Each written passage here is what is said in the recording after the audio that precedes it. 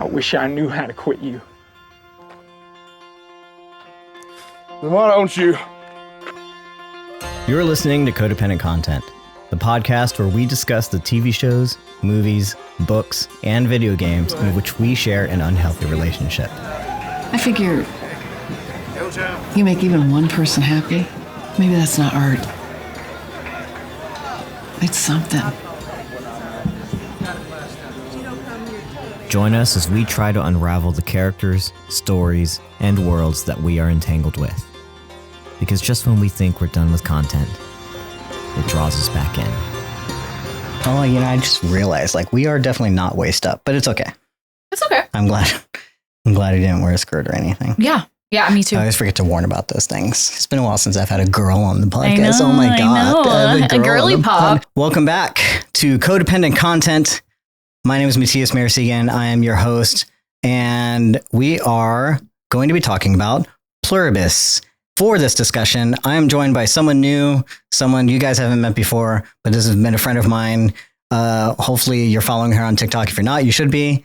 But why don't you go and introduce yourself for everyone? Hi. Do I look at the camera? You can look at the camera. You can look at me, whichever works. Yeah. Hello. I am Natalie Garcia Mayor. Mm-hmm. You can find me on TikTok making content similar to Mattias. And I'm here to hang out and chat. I'm just now realizing it's pronounced Mayor. Yes. And not mayor. Yeah. Which is how I've always, in my head, always pronounced it. It's okay. Yeah. It's that's how you pronounce it in Spanish. Yeah. So, yeah. Mm-hmm. Great. Well, we're going to hopefully learn more about you as this podcast goes along and stuff like that. Yes. I'm so glad you could be here. As I mentioned, we're talking about Pluribus this week. And I believe the hope is, the podcast is back, first of all. Great. It's been about a month or something. The last time we did something was Foundation. And now we're getting into Pluribus on AppleTV. And the hope is after this, you'll also join me for the return of, not the return, I'm sorry, the Night of the Seven Kingdoms. Yes. A Game of Thrones story or a spinoff or whatever they're calling that. Yeah. Novella. Yeah. Mm-hmm. I'm really excited about that. Yeah. I'm happy that we have a Game of Thrones universe show in our midst. Mm-hmm. So yeah, I'm really excited. And you know that they pushed it and it's been a thing. And with House of the Dragon as well. I can't speak. Mm-hmm. So I'm really excited to just dive into that. I love it. Yeah. I love those people. Yeah. Those crazy white people. Yeah. Yeah. Good times. I really hope you guys enjoy Natalie because she's here to stay for the time being. She's going to be here for a while. Let's do it. And hopefully more after that, but we'll see. We never know what's coming out and what's happening. But yeah, let's what's going on? What's our thing here? So I'm glad the podcast is back. This is episode 56. Last one was 56. This was 57. I've officially been podcasting more than a year, but I guess over a year. Okay. I guess, it's 52 weeks in a year, isn't it? Yes. I'm thinking 50. I'm thinking 365. I don't know. Yeah. So I think I already covered this before, probably. But yeah, I'm so glad I could finally get you on the podcast because it's been, I've been trying to get you on for a while, actually. Yes. I've been begging you to come on. Life has been lifing. And life today. Life happened today as well. And I was just nope, I'm coming and I'm doing this and fuck it. So I can curse, right? Yeah, absolutely. Okay, great. Yeah. So I'm really happy and excited to be here. Yeah. For real. Yeah. So my cat's back. I guess y'all been noticing her in the background, so she's going to be around as well. We're doing this in a new place, by the way, a new setup. Hopefully, this is more or less permanent. So please get used to it. What else am I talking about? Oh, I did want to mention, while it's been a while since the podcast has been around, I am still out there doing some things, making some content. If you haven't caught on, or if you haven't been following, I'm streaming on YouTube. Expedition 33. I'm playing a video game, so I'm trying to get codependent gaming going as well as codependent content. So You play video games. I do. You haven't played Expedition 33 No. Clear Obscure? No? It's really good. Yeah. I really like it. At least story-wise. I don't know what's going on in it. It's a huge mystery. But I'm really enjoying it. So for those who are interested in that, feel free to jump in. Right now I'm streaming Tuesdays and Thursdays. I am taking some breaks with, like work stuff is coming up and I still got to pay bills. So I can't consistently stay with the stream, but we're going to try it. We're going to keep trying. So I like getting video games involved because obviously one of the first things we ever talked about was The Last of Us on this podcast, and that's based off a video game. So like there's good content everywhere. This is called Codependent Content. It'll include games as well as movies and shows, and then occasionally the book if I can get a book club started. These are future things, but gaming has started. We're doing that. But I will say, I feel like I've lost more followers than I've gained since I started streaming. So I don't know if it's a good thing.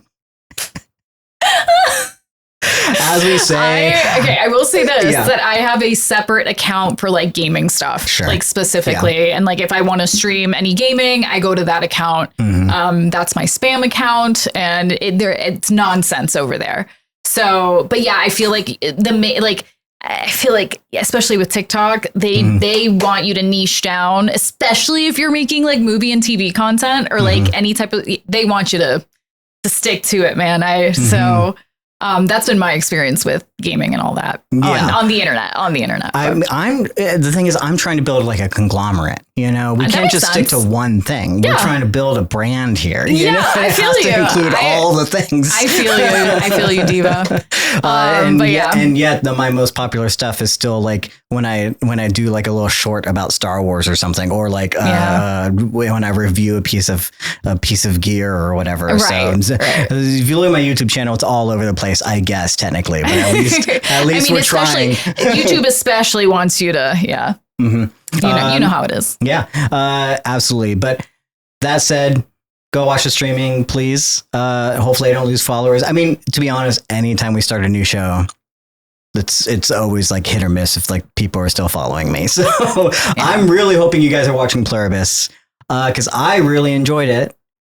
And I can't wait to talk about it. So why don't we start getting into it? Before we do that, I forgot to ask, is there anything you've been watching or engaging with, speaking of like the video games and other content that we've been getting besides like Pluribus, that you want to really get people on, or anything that you've been really into recently?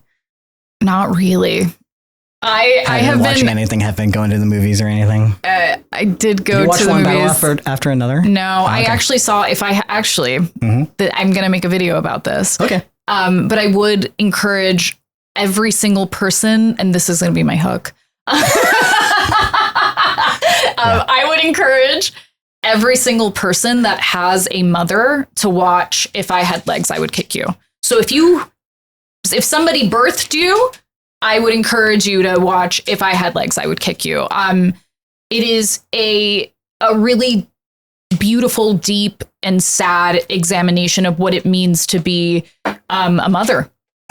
Period, point blank. And the way that, at least in like Western society, makes you feel like you have to be everything and be so perfect at all times and very high functioning. And a lot of, again, the isolation, the individualism of Western society doesn't really allow for mother. It's very hard to be a mother in that way. So I loved that movie. I really, really loved that movie. I need to write more about it, but I really would encourage every single person to watch it. And Rose Byrne should win the Oscar for that. It's Rose Byrne, and it came out this year, right? Yeah, Rose I remember Byrne, seeing Conan, the trailer and I forgot, and I haven't, I didn't know the movie came out or anything yet. But yes, Rose Byrne is she's fantastic, underrated, very underrated. She's fantastic. She's used in comedies with Seth Rogen a lot, which is great and stuff. But like her actual acting chops are just really decent. Did we talk about this before? I feel like I've talked to someone else about Rose Byrne recently, and that's another. It wasn't me. Okay, no, it wasn't me. I remember. It's so funny because I remember watching her. It was like one of her first American movies. I think it was called Wicker Park. Did you ever see this with Josh Hartnett? No. It was basically like people were calling it like a single white female of like the 2010 or like the early 2000s. It's very good and she's very dramatic and scary in it. So So yeah. But yes, I haven't seen that old movie. Rose Byrne, I'm very unfamiliar with her older filmography, but I really need to catch this movie. So, and you said you're going to do a video, like YouTube video? TikTok. Or TikTok. I'm going to do a TikTok. Okay. Follow her on TikTok. Yeah. But you do have a YouTube channel that you are started? I flopped, man. I didn't follow through. I was just, life again. Life. Okay. I need to say fuck it and just get my shit together and just fucking do it kind of like today, just like being like, no, I'm just going to do it. Yeah. No thoughts. If no one's watching, then who cares, right? Exactly. And then when everyone's watching, then also who cares? Okay. Let's talk about Pluribus. While we do technically have like a spoiler section, I'll let you guys know when that's going to happen. Just know off the front, the whole podcast is pretty spoilerific. Like the premise of the show will be spoiled from the very beginning. You should know that. We're trying not to get into details at very first, but if you haven't seen the first 2 episodes of Pluribus, you should go watch the first 2 episodes.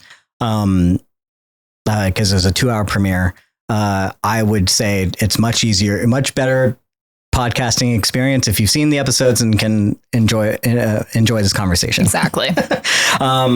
So feel free to pause this, go do that, and then come back here and listen to us talk. And as we get into this, why don't you tell me a little bit about your thoughts, your experience with Vince Gilligan and his past works before we get into Pluribus. Like, how familiar are you with like Vince Gilligan? I think the only Vince Gilligan show that I've seen is Breaking Bad, and I know he also wrote and directed a couple episodes of X-Files. That's all I have though. And I know like especially with X-Files, there's just like a lot of mystery, a lot of alien stuff, like just a lot of really interesting characters as well, which I did love. I was a big casual with X-Files, but I did love Breaking Bad. It's been a minute since I've seen it, but I loved Breaking Bad. So unfamiliar with Better Call Saul altogether, which to me is like just a tremendous shame. You loved Breaking Bad, I'm assuming? I did. I did love it. But I arguably, unless you count Mad Men, I think arguably Breaking Bad is like the peak of, or what started the golden age of television, right? At least to some people, if we're in the golden age now, that's what to some people's eyes. Breaking Bad is very much at the forefront because it's still at the place where it's like we had network TV, but we were switching to streaming, and we were getting these more serialized shows as opposed to like episode by episode, week by week kind of things, or 22, 24 episode longs. I can't even remember. Were the early seasons of Breaking Bad, they were like longer seasons, weren't they? I don't think they were 24 episodes. I don't think they were 24. I think they were 12 or 14. Yeah, it was a little bit longer than the 10 or the 6 or the 8 that we're getting now. Right. At the very least, for sure. It was like definitely like 12 or 14 episodes. And I mean, I personally think that it really started with Lost back in the day. I think that's when like that golden era of TV really started, especially with sure. I think for me, that was like then where you had characters, very character driven. You followed them, but there was also like a really interesting mystery thriller-ish plot. I think that you don't know what's going on, but the characters are really driving that plot. Yeah, that's for me. Not to contradict, but me, the thing with Lost is I think that it more or less started the Redditization of like media, my God, with the theorizing and like how, like we were like the water cooler show more or less started with Lost. We did have shows that we would talk about things, but never anything like Lost. And so now you had like, you always had these mysteries and these things that you had to like figure out like what is actually going on. And then that's where every TV show nowadays has some sort of element for sure to that, because you want people to keep talking. Exactly. Even though Game of Thrones is like your fantasy thing, there's no real mystery about it. Like you still have some things that like the relationships that they tease, of like what what's going to happen, and you know, so like that I bring that up because it's a big water cooler show, but you still have this like a little bit of mystery. It's tied into it now, you know, and you want people theorizing, you want people saying like, what is going to happen for the, what is going to happen? I think that's where Lost started. It definitely like is up there with like where the golden age hit. I think most people attribute Mad Men as like like where the new age of television, because Lost is very much still in the network. It's ABC, but it's and I would say Mad Men definitely, but I think like these shows that you're naming, so for example, Sopranos is up there too. It's very much like Mad Men, Sopranos, Breaking Bad. It's all very much like male or singular character driven shows that drive story, that drive plot, that drive like what's going to happen next. Lost was kind of doing that with Jack, I feel like. But it was still fitting the tropes of TV at the time, because you couldn't at the time, and this has come out in books and behind the scenes recently too, you couldn't even at the time base a show that wasn't centric of a white male character, you know, like it had to involve like this, it had to have a love interest, and it had to have like the triangle, you know, and they were all white, you know, and then, but I mean, I will say that like for 2000, what was it, 2004, whenever this show came out, maybe 2003, 2004, I think you're right, it was just like it was like this podcast is just going to be about Lost at this point. We can stop. I'll be honest, I'm genuinely like so upset. We can move on. I mean, you know, previous host of the podcast, Shannon, loved Lost, and we found like everything always kind of comes back to Lost, you know? Severance is Lost. If you listen to my favorite podcast hosts, Joanna Robinson and Mallory Rubin on House of R, they are very big Lost heads too, so it's always going to come back to Lost. So don't get me wrong. Everything is Lost. Like every single show that has come out, it's just Lost. It owes a lot to, It really, Severance is literally Lost. Like the creator in terms of mystery box shows, the creator of Severance said, this is Lost. Like, cut the show, guys. Like, let's get real here. Okay. Damon Lindelof, we owe you so much. Love you, Diva, if you're listening. But are we doing general thoughts? Wait. Yeah, let's get it was just kind of like our interest. So I feel like this is very different from your other guests. It was great. And it's just conversation based, which I love. It always is when you start a show. We really have to lead up to it, you know, because we haven't. We're warming up. There's a new guest, new shows. I'm sorry, not new guest. You're a co-host, a new co-host, because it's not just, you're not like just a guest star. What were we talking about Emmys earlier, where it's like we have a Emmy for a guest star or whatever. It's like, no, you're supporting. So I'm actor at least, you know? Supporting, yes, please. Maybe even like the female lead of the. I'm the female. Yes. I like that. But so my own experience, I have watched Breaking Bad. I have watched Better Call Saul. Now I am unfamiliar with his X-File days. So I know that was something you were really interested in. He's kind of returning back to the kind of X-File like sci-fi thing with the show, which I find very interesting, but I have no idea Vince Gilligan worked on X-Files, and I wasn't an X-Files head at all, so I didn't watch too many of those. Unfortunately, way behind on my, I guess, television lore in general. I still haven't watched any. What's the other thing that I need to? I only watched, speaking of Lost, like a couple years ago. I stopped after, because for me it was like the same season over and over again. But I've watched the series like 3 times. I've come around to it. Yeah. Of course, as people know on this podcast, I'm a big fan of time travel. So of course, my favorite episode of Lost was the time travel episode. Exactly. Because I love timey-wimey shit.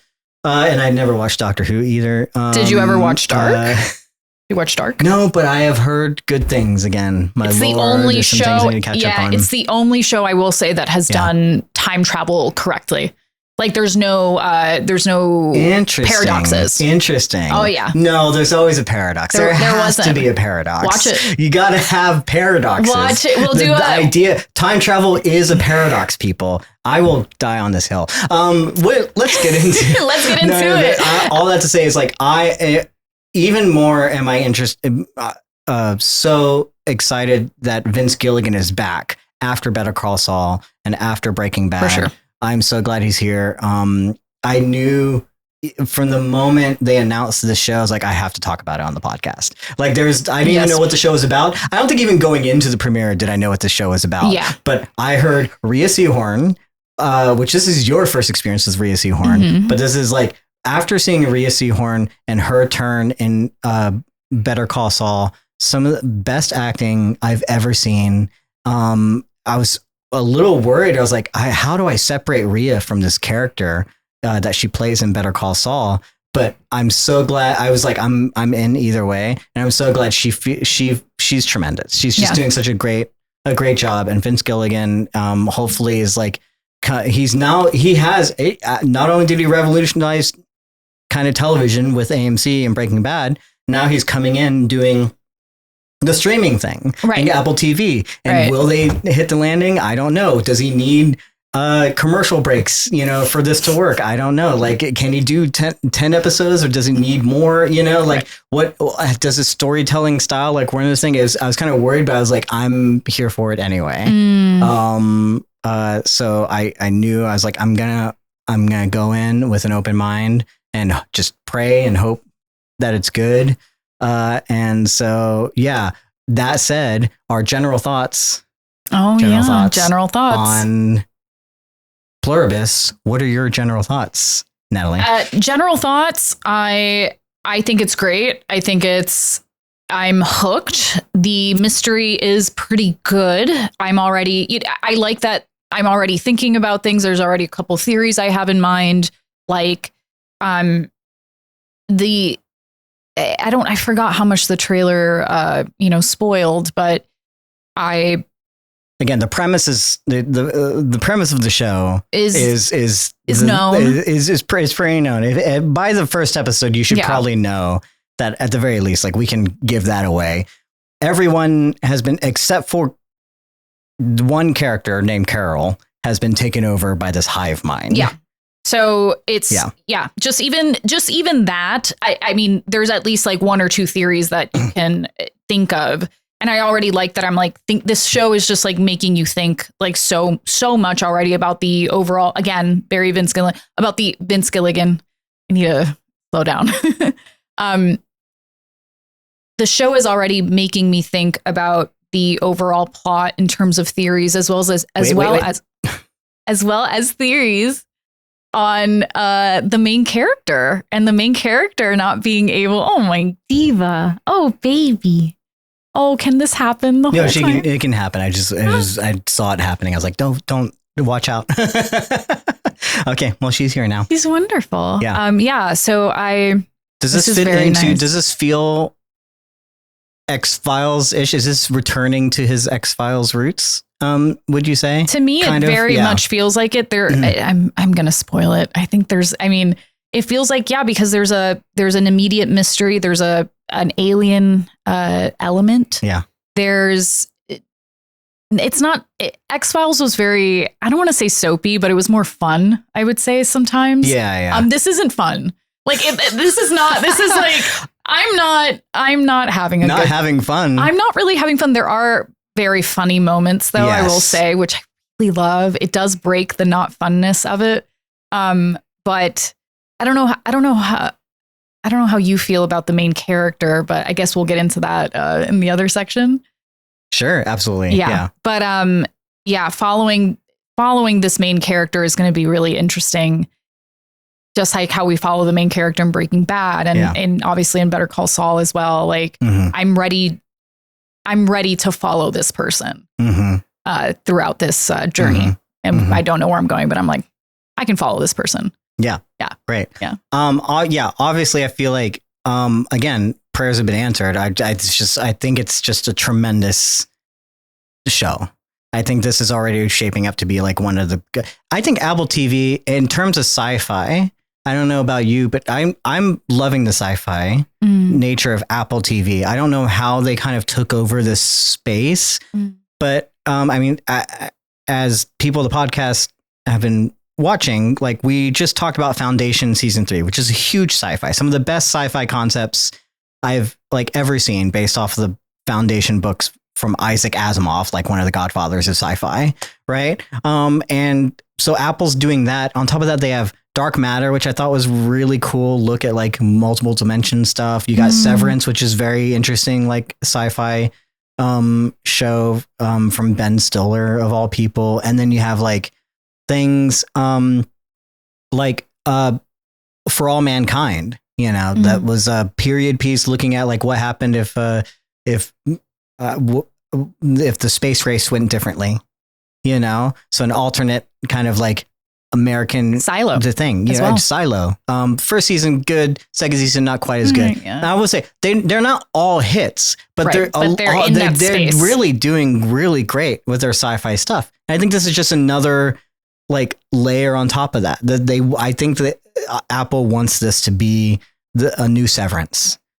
So they want that mystery. They want this thing. They want people to be talking about it, you know, and then to land Vince Gilligan of Breaking Bad, Better Call Saul fame, El Camino fame. If you saw El Camino, which was the movie that after Breaking Bad, did you ever see that with Aaron Paul? Oh, you on Netflix, you know, I think, or a partnership with Netflix, because it wasn't exactly AMC. The thing is like after arguably doing one of the best shows on television ever, to going to do a spin-off of that show and then making that an even better, like one of the top shows. Yeah. Like it's like how does it when you first hear of like they're gonna do a spin-off about the side character, like what are you talking about? But then introduce us to like new people. We know what's gonna happen with this character. This is a prequel as well. But then like showing us new things that we didn't think and giving us new villains and as well as and new heroes, I guess, and then old villains and old heroes, but a new twist on them. There's so many ways that like it subverted what a spinoff could be. You know, I feel like Vince could have done anything he wanted. Yeah. And so he didn't have to do anything. And I have no idea how much they spent on this show or whatever, but I assume it's a lot because there's a lot of traveling around that's happening. That it seems like they're using real, like, you know, planes and stuff, you know, like there's a lot of like, they definitely have to have like done some globe hopping. We don't know what the rest of the episodes look like, but I imagine it's quite a lot of money. And I feel like Apple probably just gave him the keys to do whatever he wanted, which is great. And it shows, and he probably could have done anything. So the fact that they landed him to get him to do this, I think Apple made a good decision for that. You know, as much as I hate capitalism and, you know, that this is coming from a phone and computer company. Yes. I will say, whoever's running their department for film and television, they're doing a great job. They're doing a good job. They're doing a good job. Like it is like what you're saying. Like I am wondering how much money, because it is like, I mean, they have shot a lot of it in Albuquerque though.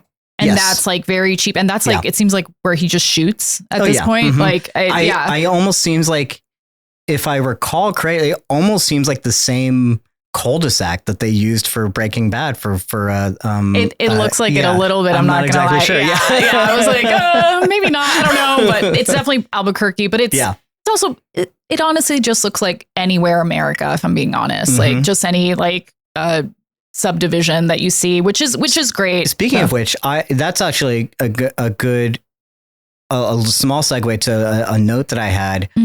What time period do you think this is? Because it doesn't really seem to set itself in 2025.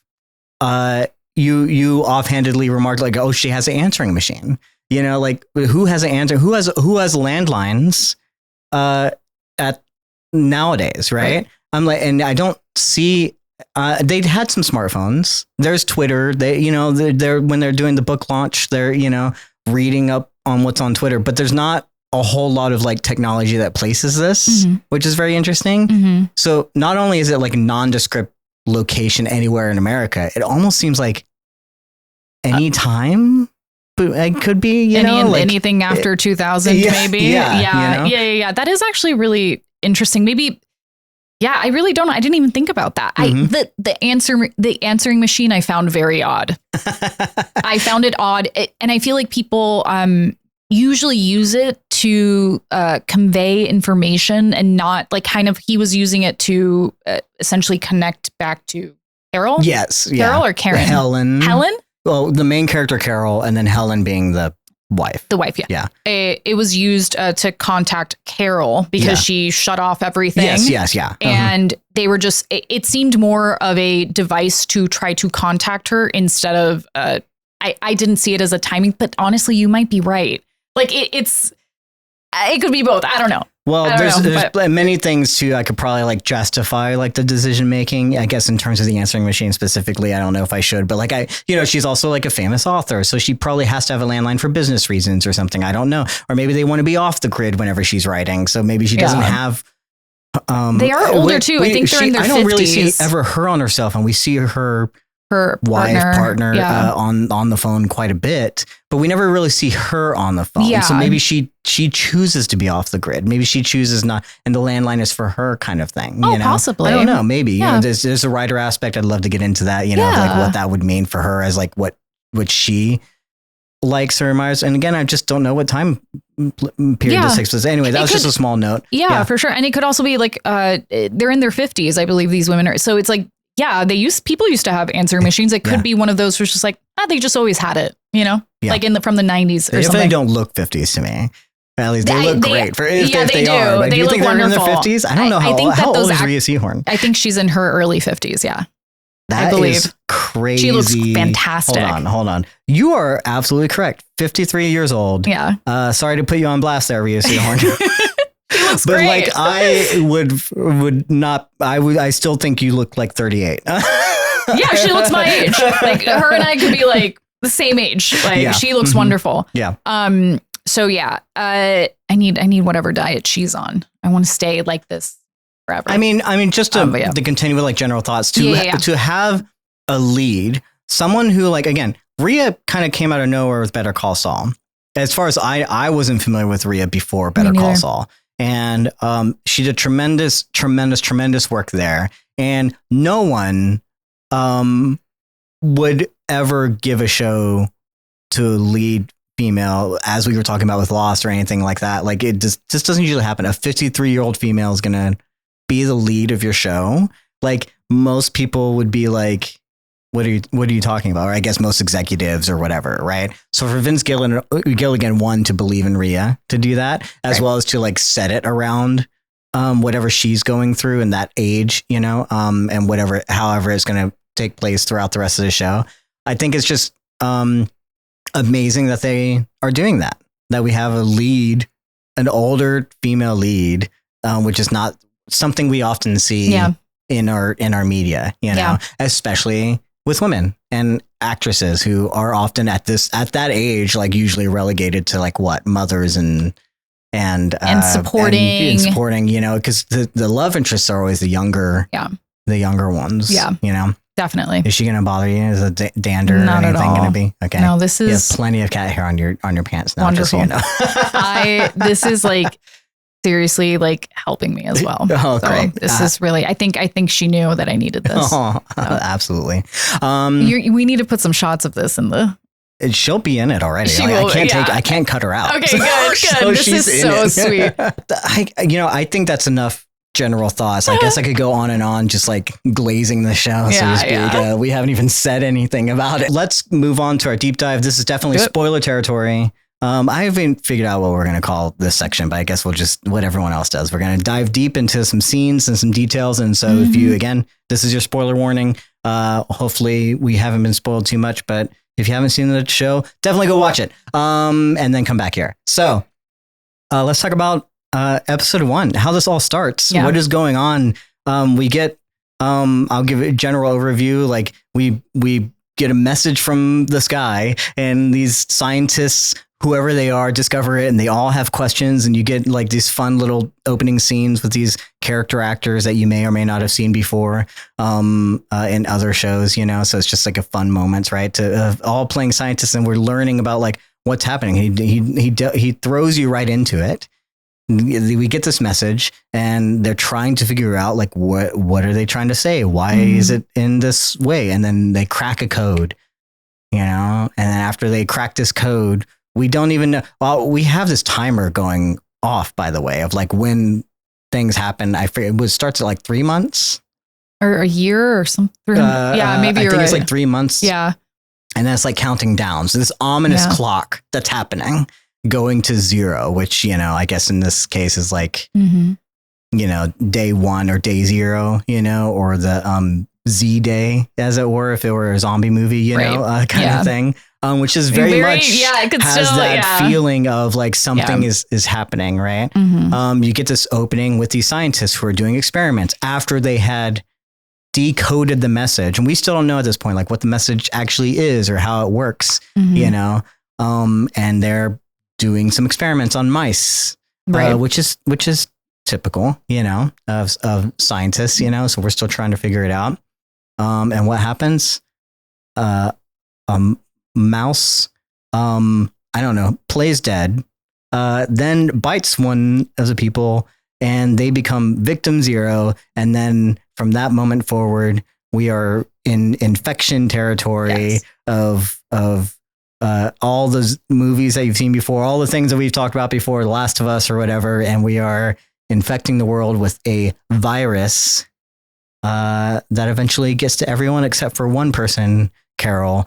But before we even get to there and introduce Carol, whatever, how do you feel about just this vibe, this episode opening and how things are going? Well, I absolutely, I loved it. I loved every inch second of this. Like, it's so up my alley, up my territory. Like, I mean, just the fact that the virus is a sentient thing. Viruses are things that just want to be alive and procreate as much as possible. That's what viruses are. Yeah. And they will do this no matter what, even if it kills the host, even if it destroys things, doesn't matter, right? Because the virus's point is to survive. And that's how you open the series. Like, and I think it's amazing also connecting this virus, this thing, to aliens. Like, two of my favorite things, like the virus, meaning like almost like a zombie like idea, with an alien like idea, that there are an alien zombie virus maybe that needs to come to Earth for some reason, because you know, obviously we're very special. Did you have any thoughts of like what was happening during all this? Like, what was your thinking? Like, what do you think was what do I think was happening? Well, before we find out what actually was happening, but what did you think was like happening? Okay, so at first, when the scientists came, this is so exciting. So diva. So when the scientists were figuring that out, I immediately thought of the wow signal. Like, you know, the wow signal that happened with scientists, again, getting a signal from a million miles away, and they couldn't explain it. It was sequencing. But when I saw the sequence, for some reason, that sequence, the image of that sequence reminded me of DNA. Like, I immediately saw it. Kind of like the what is it?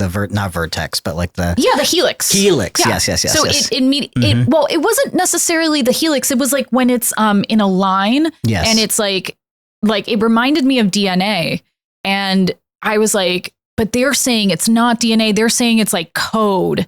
But DNA is usually code as well. So you have people that are more like alien, like researcher science community, and not really talking to doctors. Is it not? Now this is something I should have researched, but like he did, like at one point he does say is like, no, they were like 3 strands of something, and he named them. Right, is what the 4 things. At the end of the episode, which maybe, if I recall correctly, are the things of DNA, because you have a code of 4. He did say that. Like with DNA, like that we have 4 letters associated with.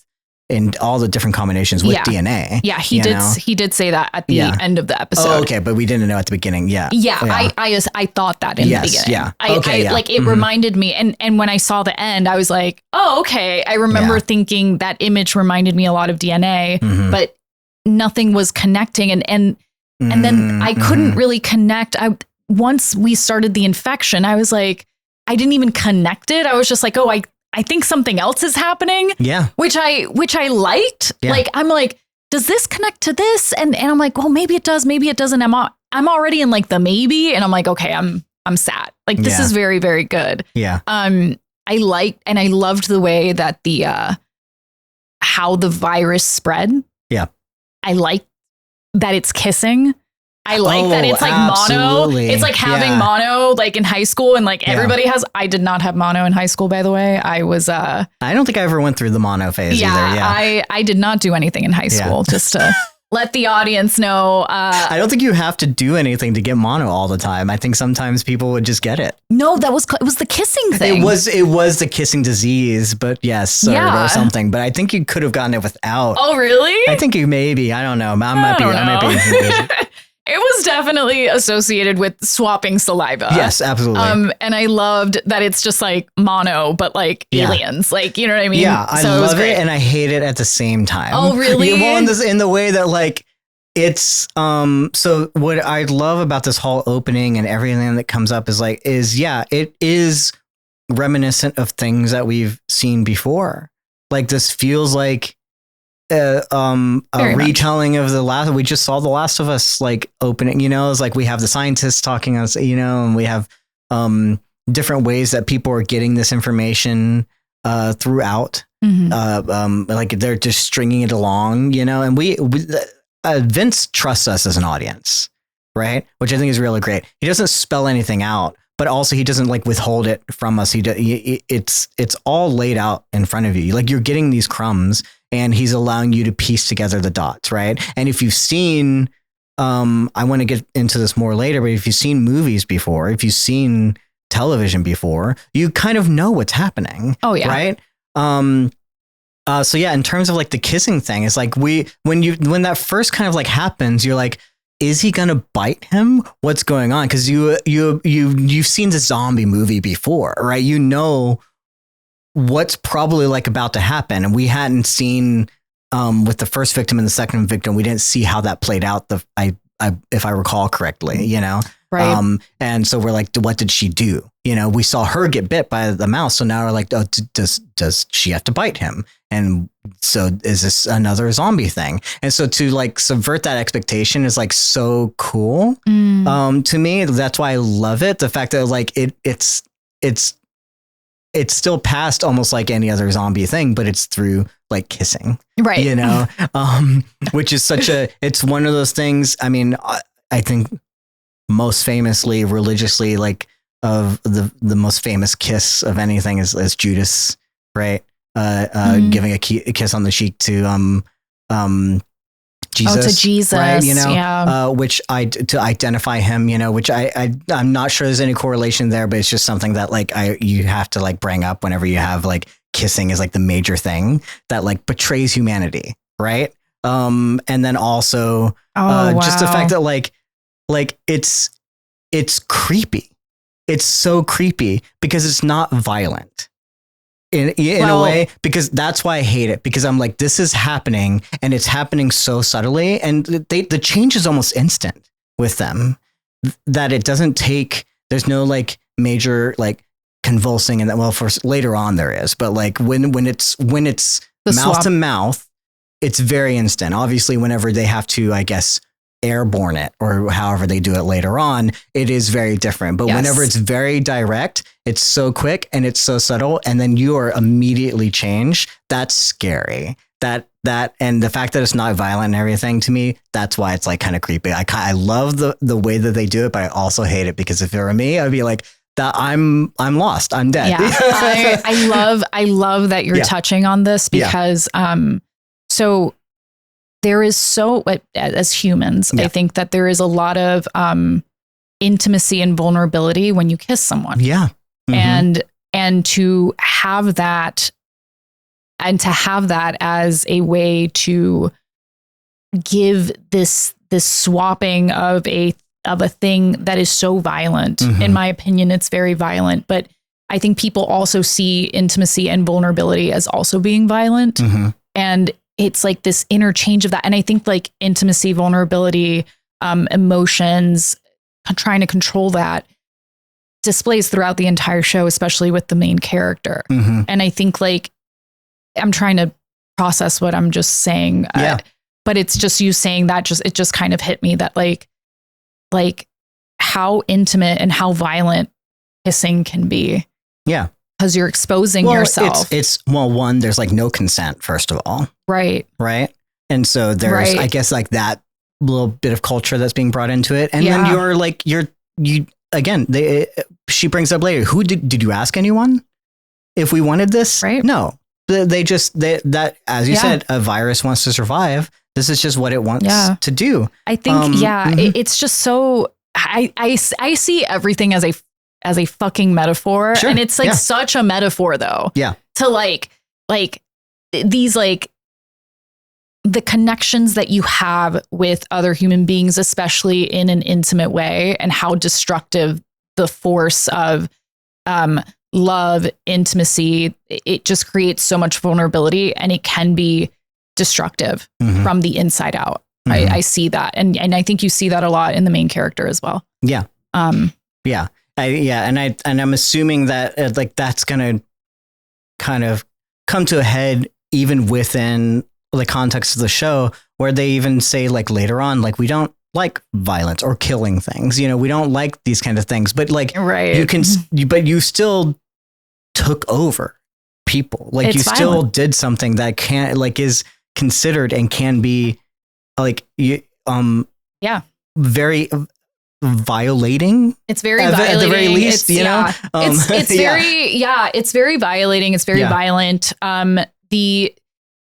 The way that your actions, kind of going back to that main character, and even like the transferring of the body. It's like, it's all very violent, and it affects people. So like when you kiss someone, it's going to affect them. When you throw a tantrum, it's going to affect people. And it is like, the show is like very, very literally showing, which is kind of crazy. It is very much literally showing you how your actions have literal consequences, no matter how minimal you might think it is, right? Like, for example, kissing, and then you're a part of a hive mind. Yeah. Oh, you threw a tantrum, you're angry, you just killed 11 million people. Yeah. Oh, like, yeah. You know what I mean? It's like these things that people take that think are so minimal, and they think that they're nothing, and they affect you. Yeah.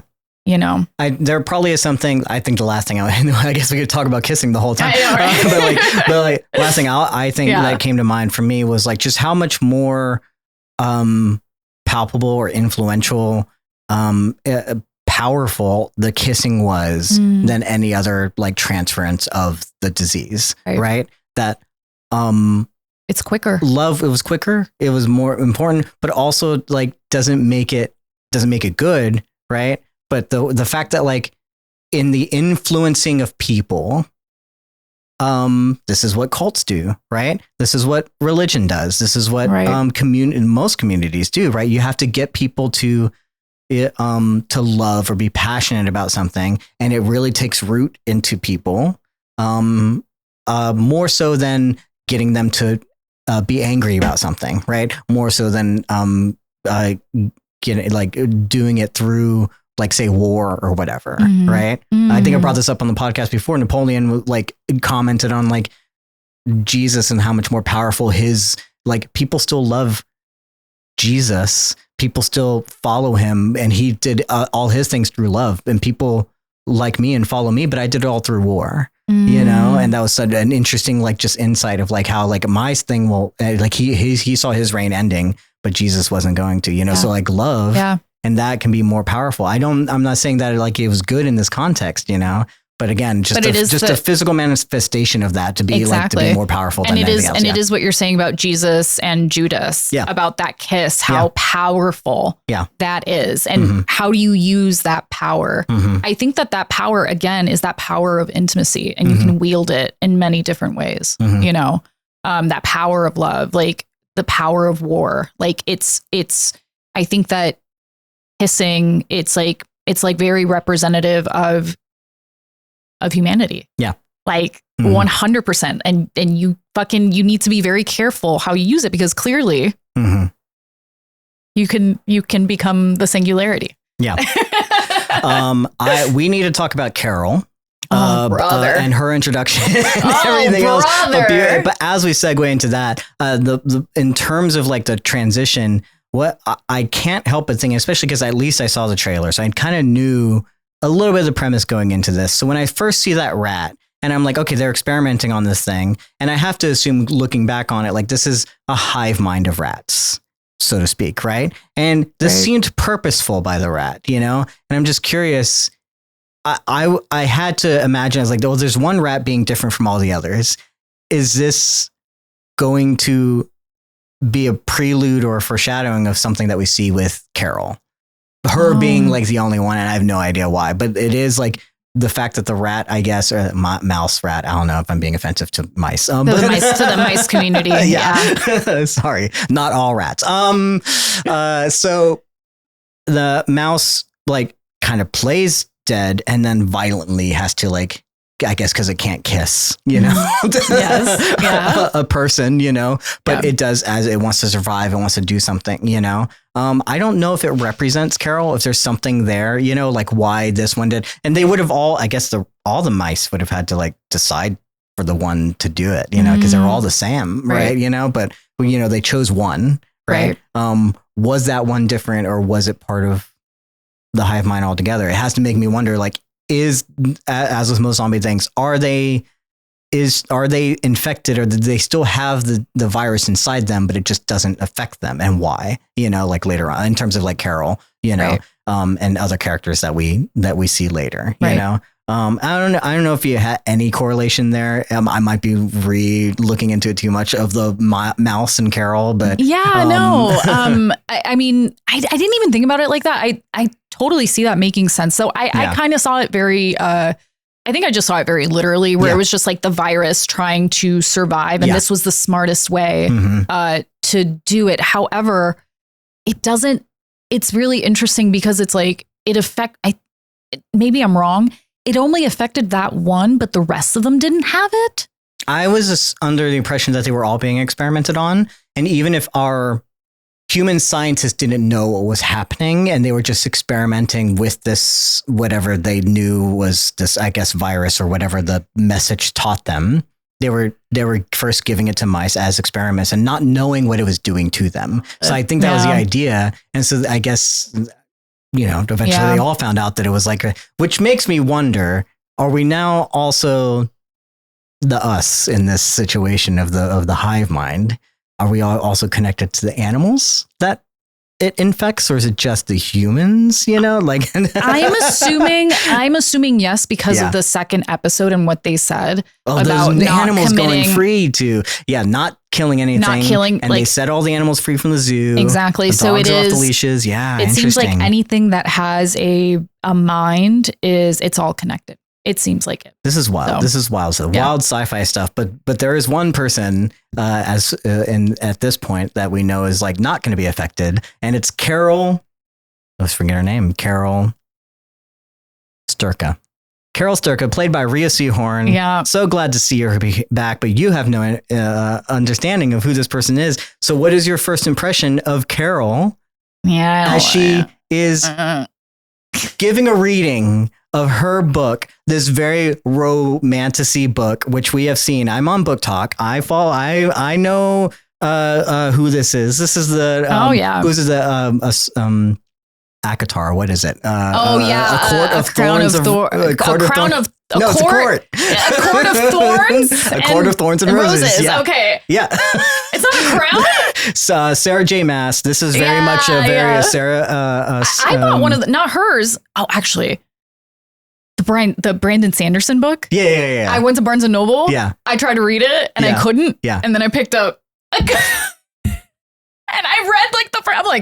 I'm like, oh, this is good. I was like, oh, I'm in. I think you're just horny, but okay. Listen, actually, I am absolutely not horny anymore. All these women We're done. We're done. As we all say, having a boyfriend is embarrassing. I just got dumped. It wasn't even my boyfriend, dating for 4 weeks. And then he's just like, I like you, but it's getting too serious. Sir, you're 45. I told you that in confidence. I told you, if you're going to come on the podcast, we can't talk about our relationship. Just kidding. I'm sorry. Yes. No. Absolutely. No. But these women are horny. is what I'm saying, because they are here. It's all they women. were there. They are here to hear about for Rohan. I think it was Rohan. I did not remember the character names. Oh my god! But it's a pirate, and of the most. Listen, everyone here knows, as fans of the podcast, which I know everyone out there is, like, I am a fan of swashbuckling. Swashbuckling is my thing. You haven't been watching the clips, because you would know if you were a fan. Oh, I'm so sorry. I'm a casual. If you can give me some swashbuckling. I'm a casual. You even utter the pirate, like, I'm usually like there, but so I get it. I get where these women are coming from, so to speak. But yeah, they only want to hear, like, what happens when the main character goes behind the pirates in the pirate cabin, and what happens behind the closed door. Carol's so smug when she reads this. I will be honest. Brother. Rhea Seehorn, great actress. No, she's not reading this very well, but they don't care.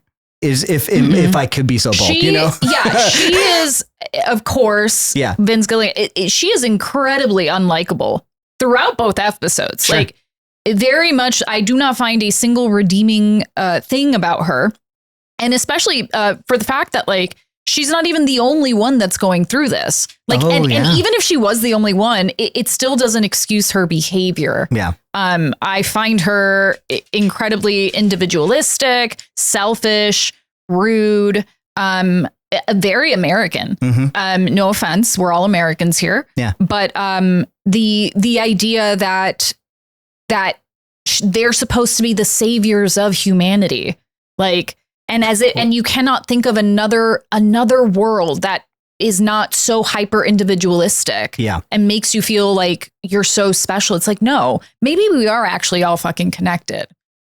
Crazy thought. I mean, maybe we're all the same. Crazy thought, right? But that is a crazy thought for her. Sure. That is actually a crazy thought for her. Yeah. So yeah. You sound like a communist, but I'm just kidding. Don't tell my dad. We're all communists here. Don't tell my dad. No, but, like, you're right. Sounds exactly like a Vince Gilligan main character, if I'm being honest. I know. I'm like, yeah.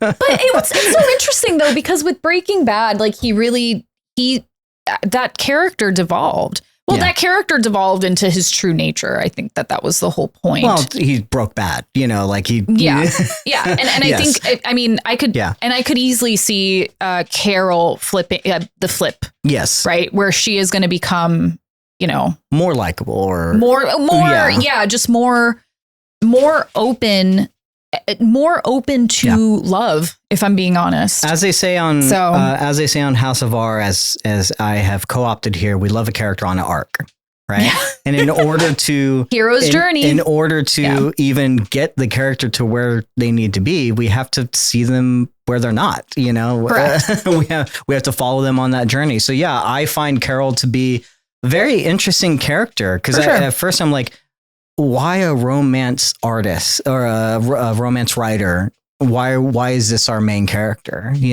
Because romance fantasy, you know, and she doesn't even seem like she puts on the airs. She really gives everyone, she really engages, at the very least, like, these characters think they really have a connection with this author. Right.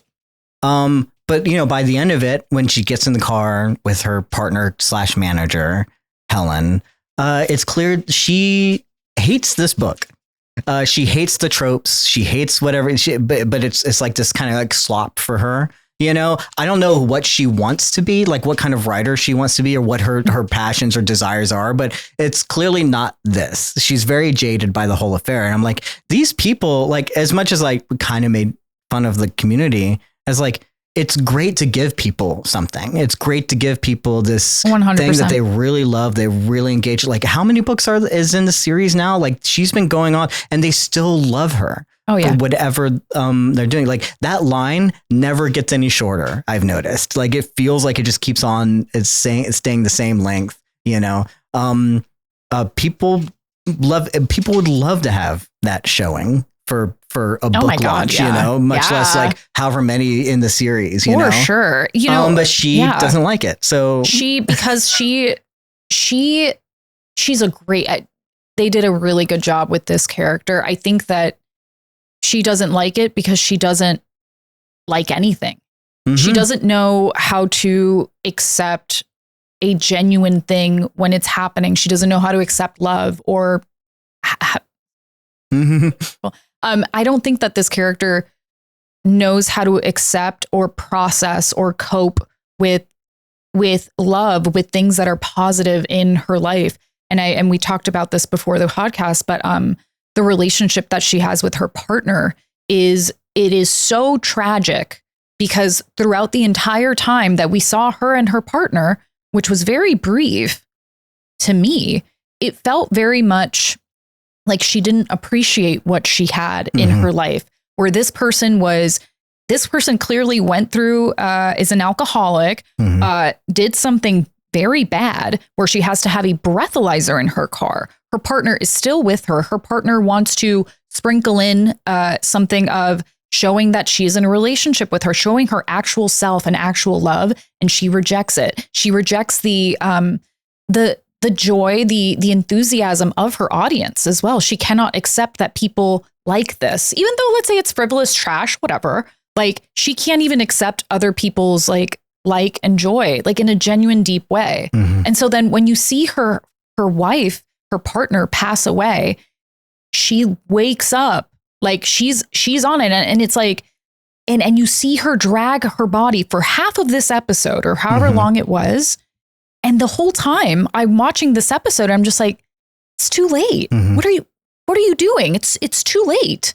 You're too late. You're too late to express and save and show whatever it was to this person. You're too late, you know? Isn't it the story of all of us? We're always too late, you know? Not me. Maybe not. Not me. And I will say couldn't be me.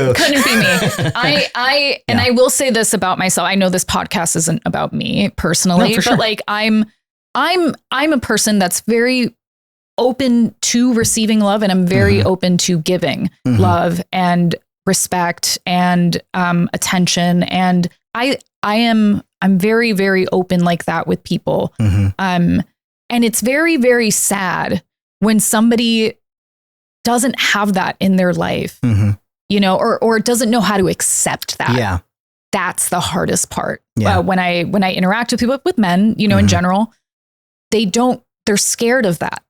They're scared of vulnerability. They're scared of being close, being intimate with someone. There's always something. And then it is too late. You know what I mean? Yeah. And I felt that for Carol. Yeah. It's too late. Yeah. And now you're angry. And now it's everybody's problem. Yeah. And that's the issue. It then becomes society's problem. Yeah. When you cannot process your feelings. And we see this very literally.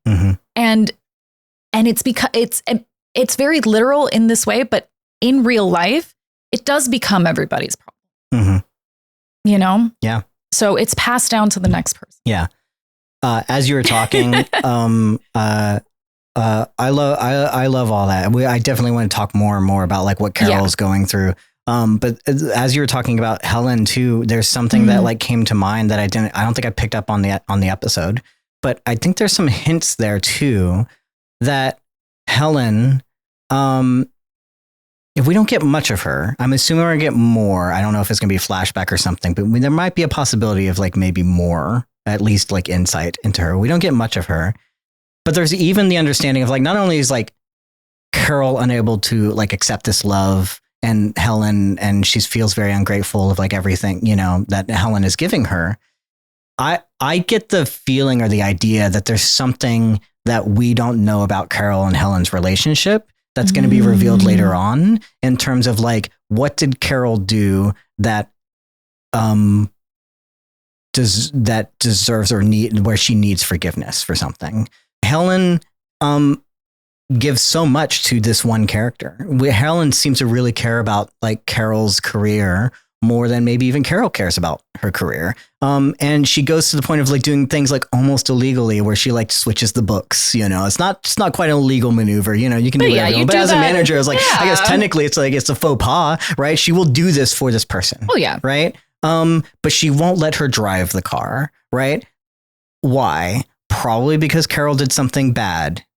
Probably because like Helen is giving so much despite the fact that Carol probably in her head doesn't believe that she deserves it in some way. Oh, for sure. Whatever it is that she did before, whatever it is that would have caused to have that like breathalyzer device, whatever has caused like her anger outbursts or whatever, there's probably definitely something that she has done that she needs to seek forgiveness for, that she probably never even got, you know, or even if she did, that she was so ungrateful that she never like fully like understood like how much like Helen was giving. That's just the hints that I'm giving. And I'm not sure if we're going to get this like little something in the future, maybe this foreshadowing of some forgiveness thing that has to come down. Maybe that's why she's so hurt by having lost this, you know, that she really, that it took everything away from her, including the one person that like actually understood her and actually was there for her.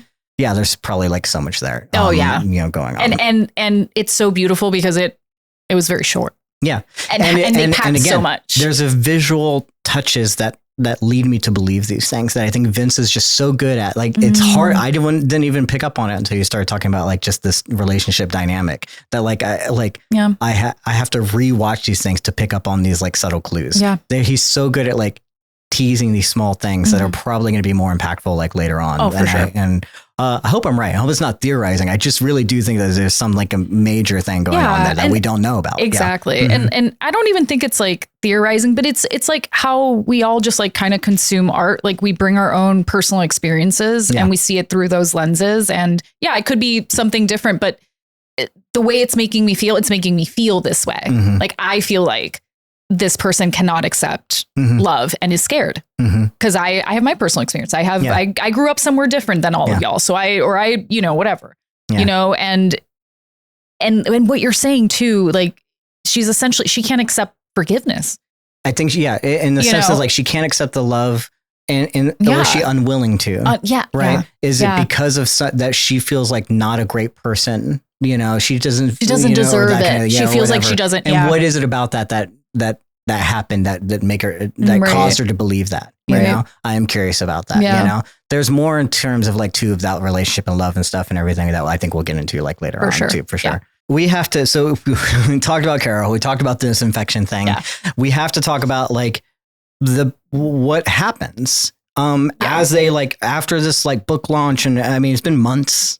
I get a month, you know, or something since like the book. I don't know what the timeline is. Actually, maybe a few days, right? They're just kind of getting home to Albuquerque. They go to their like, well, it seems like their local watering hole, and they're planning like the next things, you know, and talking about like what's the response, you know. At least Carol cares a little bit about that, you know, in some way.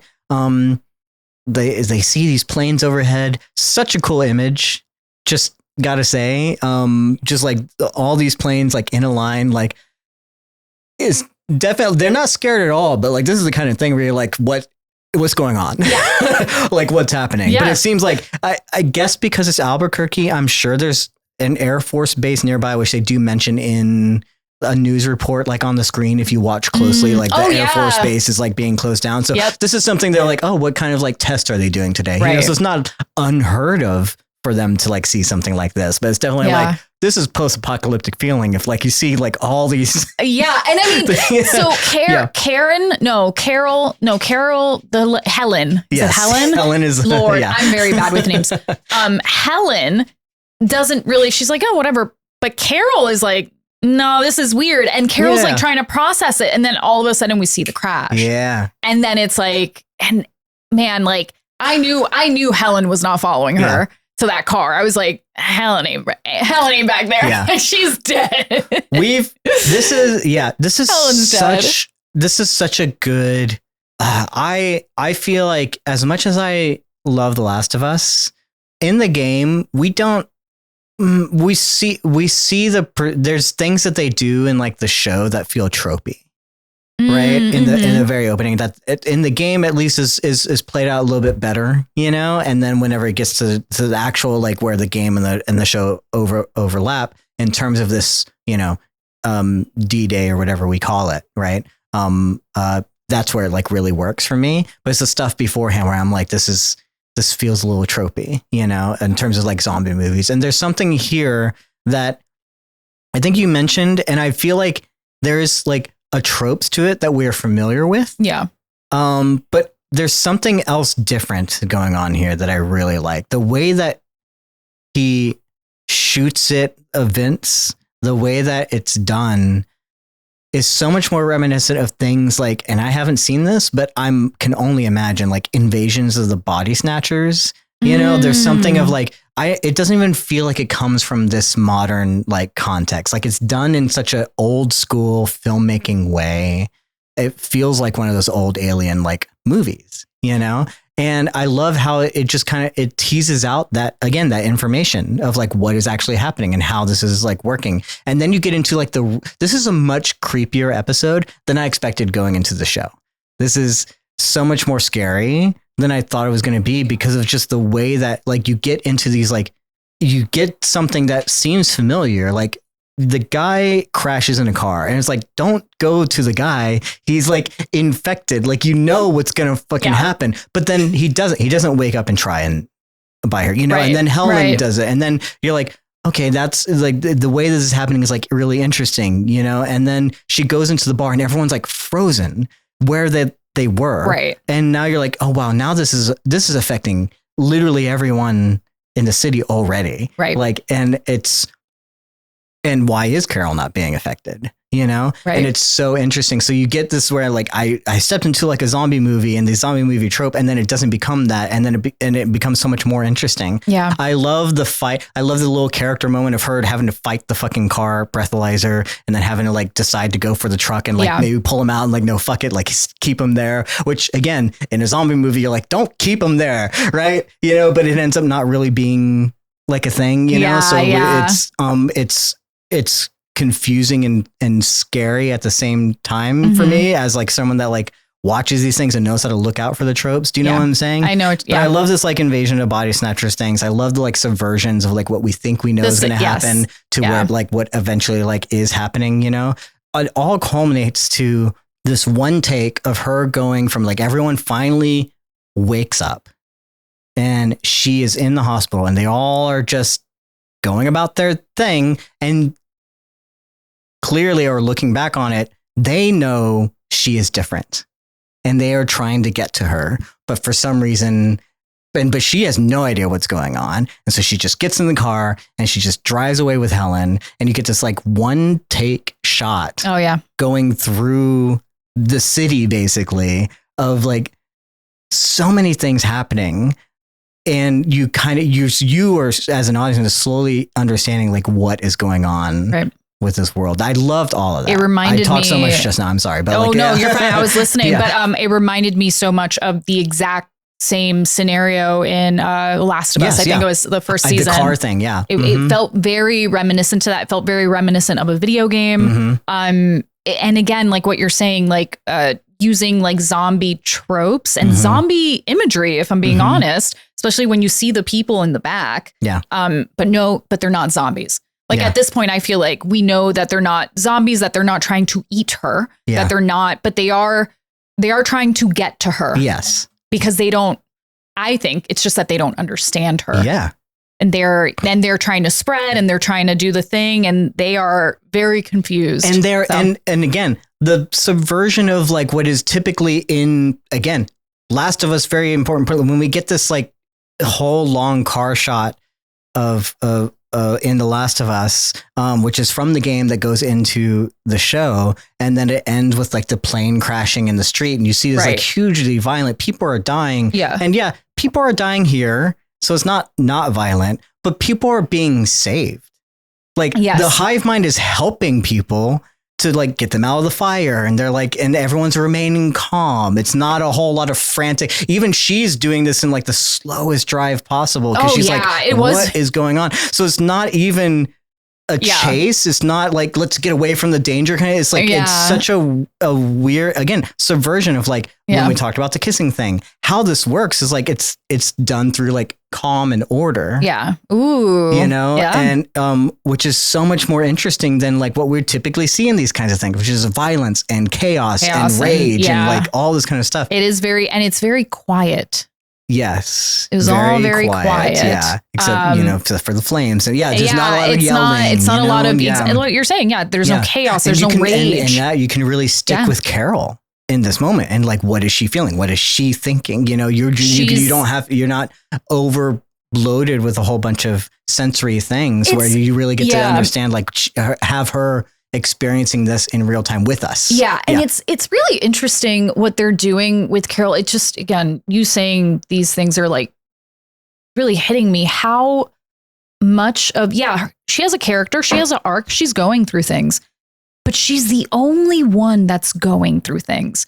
So the emotional ride that we are going through is only going to be through her. And I'm assuming there's going to be other people. I know that I know that. I know that much. But it is very much like riding on her. Yeah. Like, and I think, there might be some supporting, but it's so interesting how we're going to go up and down, left and right. And it's going to be through her and her emotions. So I'm really excited to see that because I haven't seen a show or a movie like this, where they are so emotionally isolated. And I think it's her, and it's so crazy because it's her own doing.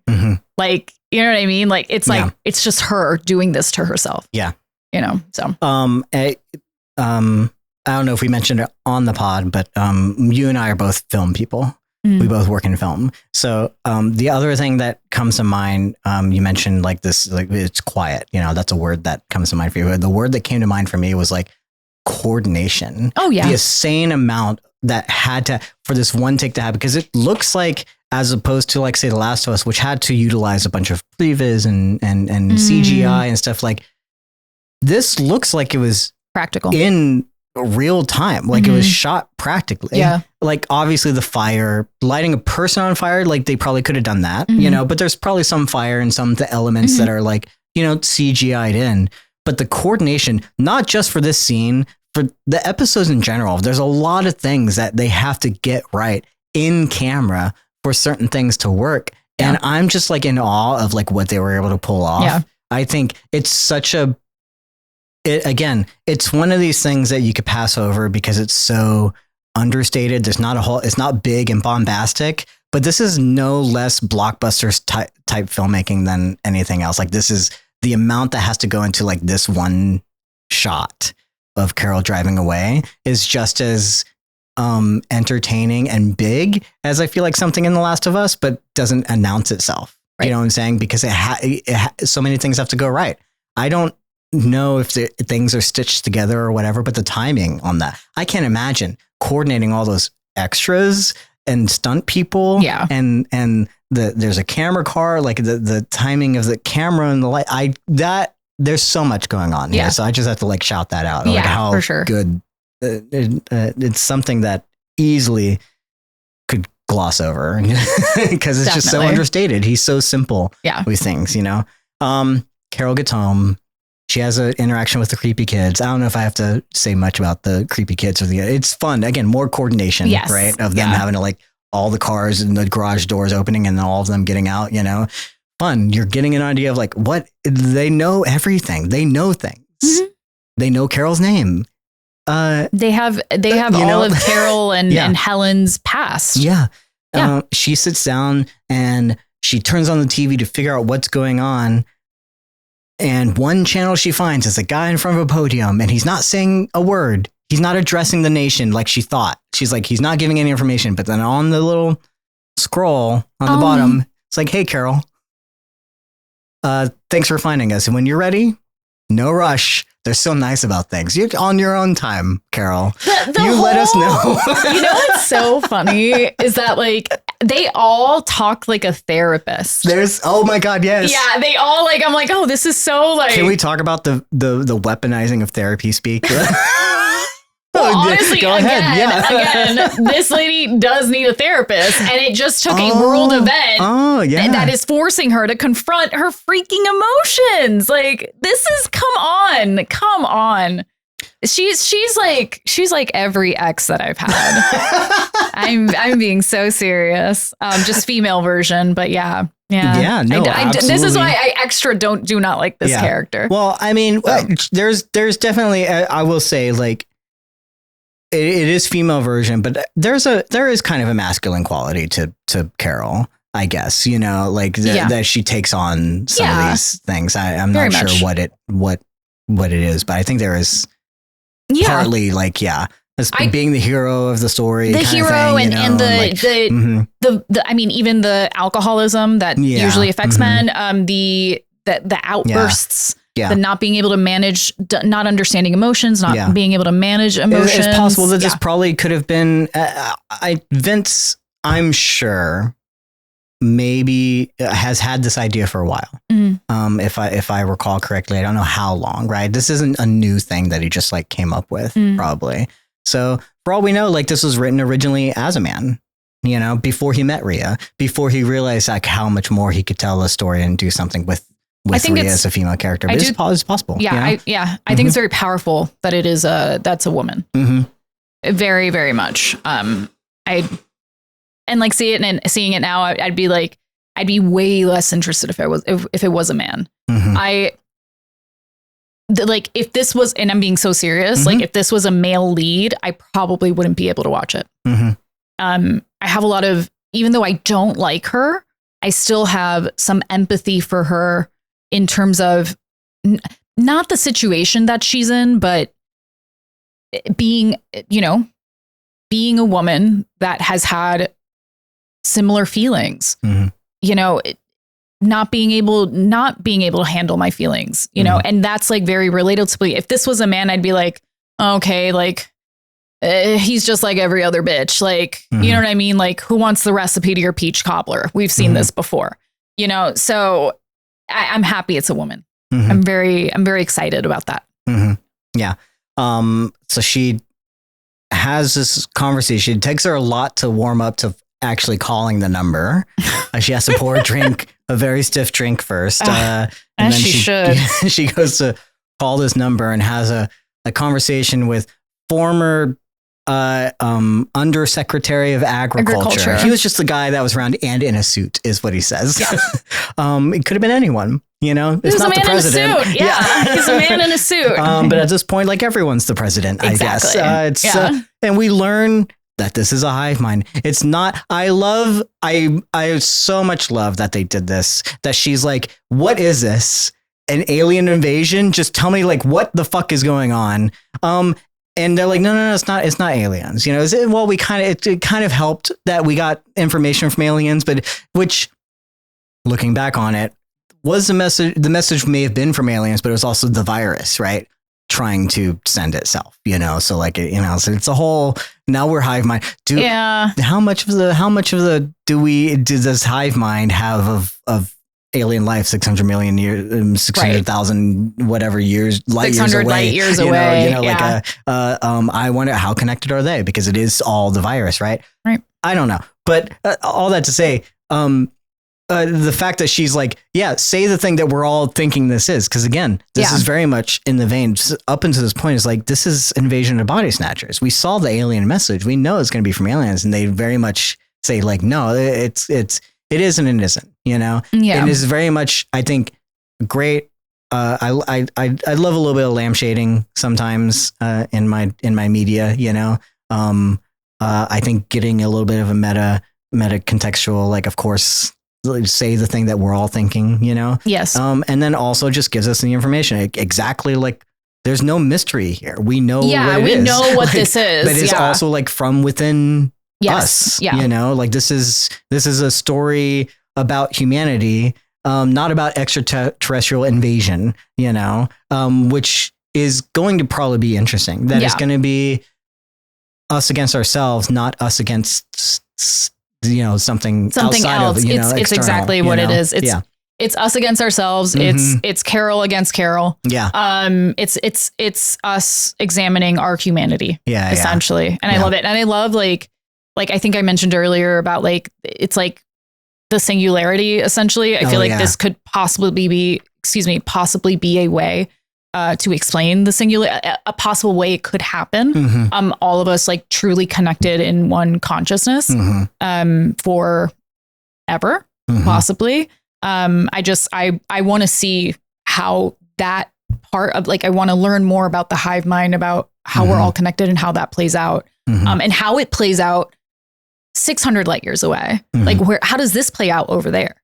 You know, that's what I'm most interested in. Yeah. And Carol, I'm like, give me more alien backstory, please, to balance out Carol. But yeah. I love Carol. I don't know what you're talking about. Carol, yeah. Here's the thing. Maybe it's just because I don't know. This is going to lead into like what I guess the show is going to be about, and our episode 2 talk probably. But like this idea of like the individual versus the hive mind of whatever it is. Like I'm very much like, yeah, but I have questions about like. Clearly, this is going to be struggling with like what is an individual, like how does this hive mind work? You know, how does it really come like at odds with like what an individual is? You know, as someone who's like very much like considered myself an individual who like went into the military, you know, and you have to conform yourself to like everything the military thinks or whatever. I was like, I hated it. You know? And so it's like, yeah, I understand. Like Carol's like, and immediately I see this and I'm like, this bad. This is not good. Yeah. It was like, we need individualism in my opinion, to survive. Like we need the That's individual, like without, like what is a hive mind without the individual? That doesn't make any sense to me. Like that's what is purpose, you know? We will get more into that because I do definitely like I have more later on, but that's like, that's where I guess I feel I differ in terms of like where I'm like, as much as like Carol's like, yeah, maybe not a likable character or like whatever. I get it. Like I'm almost immediately it's like, no, I don't like what's going on with the whole world. You very much agree. Yeah. So Sorry. When did you want to transition into episode 2 or? We can do it now. Yeah. Okay. Yeah. I wasn't sure because I was going to anything more to say about like the this ending here with this talk with the guy and how everything that we learn about the hive mind. Was there anything else more? No, it was kind of like what you're saying. Like I like that they said it just straight up. I like that. You know, we learned, I did like that. Some people might think you don't need that. I needed that. I wanted somebody to spell it out. I like when things are spelled out for the most part. So I liked it. Yeah. I love them playing with genre. They get to go this whole episode. It's clear why they needed a 2-episode premiere, right? Because it really is like this prologue to like, okay, now we're getting into it. Yeah. But in the meantime, they got to play with the genre, especially with the zombie tropes and everything else. And the again, reminiscent of Invasion of the Body Snappers and reminiscent of They Live. There's just these movies from anywhere from the 50s to like the 80s. You know, I was like, I love that they got to play with the genre, include some modern elements, and then just really spell it out and be like, nope, this is what it is. Right. So great stuff. And then we go into this second episode. Yeah. Called Pirate Lady. This first one was called We Are Us. Sorry, We Is Us. Am I getting that wrong?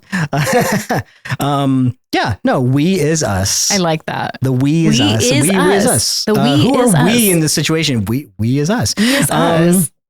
And this next one is called Pirate Lady. Yes. The aforementioned Pirate Lady, played by, and I don't know if she's been in anything, and I'm going to probably butcher her last name, Carolina Widra. Vince Gilligan, as with Breaking Bad and with Better Call Saul, has shown how good he is with this cold open, right? And there's this entire cold open with the Pirate Lady, or Zoja, played by Carolina. Would you like to be somewhere?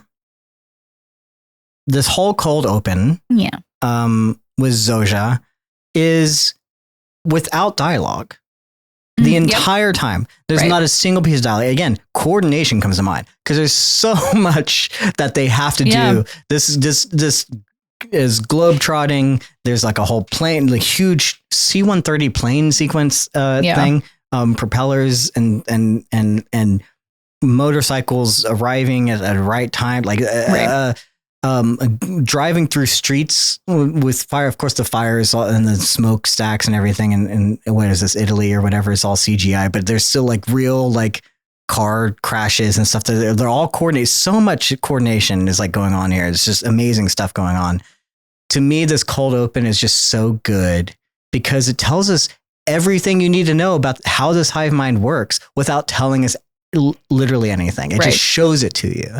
It shows like how they are able to like have the right person there at the right time. When she discovers this body, like a truck shows up immediately because it knows, right? Because they're all communicating with each other, and then they load it on, and then like she trades places with the motorcycle guy because she needs to go because they've been talking to her, how are they going to reach Carol, and so we know later on that it's this person, right? You know, and so the motorcycle comes to take her place, and if she gets on the motorcycle, knows how to drive a motorcycle, or a Vespa or a scooter, then she gets onto a plane, which just showed up at the right time, right? And then like she gets on it, and again, doesn't tell us anything, but she knows how to drive it. Of course she knows how to turn it on and drive it because they're at a hive mind. They share information, and then she goes and does. It's so much information. When she gets there, people are already preparing like wigs and the shower for her because she's been like dirty. I don't know what her life was before, but by the time she shows up and meets Carol, like she's a completely different person. And again, we don't know what's going on, but you get it all visually. Yeah. I think just such a great cold open. And just again, like this is the kind of stuff that like, this is what we love Vince Gilligan for. As like, even despite if the show ends up being bad, at least we get like these small little snippets of like, and I like that whole. I mean, yes, like that whole sequence is great. Seeing her go from like messed up, crazy, I don't know what the fuck she just went through, to in a little sweater and a cable knit sweater and some like pants and being like, "Hi, neighbor," you know, very much like, but.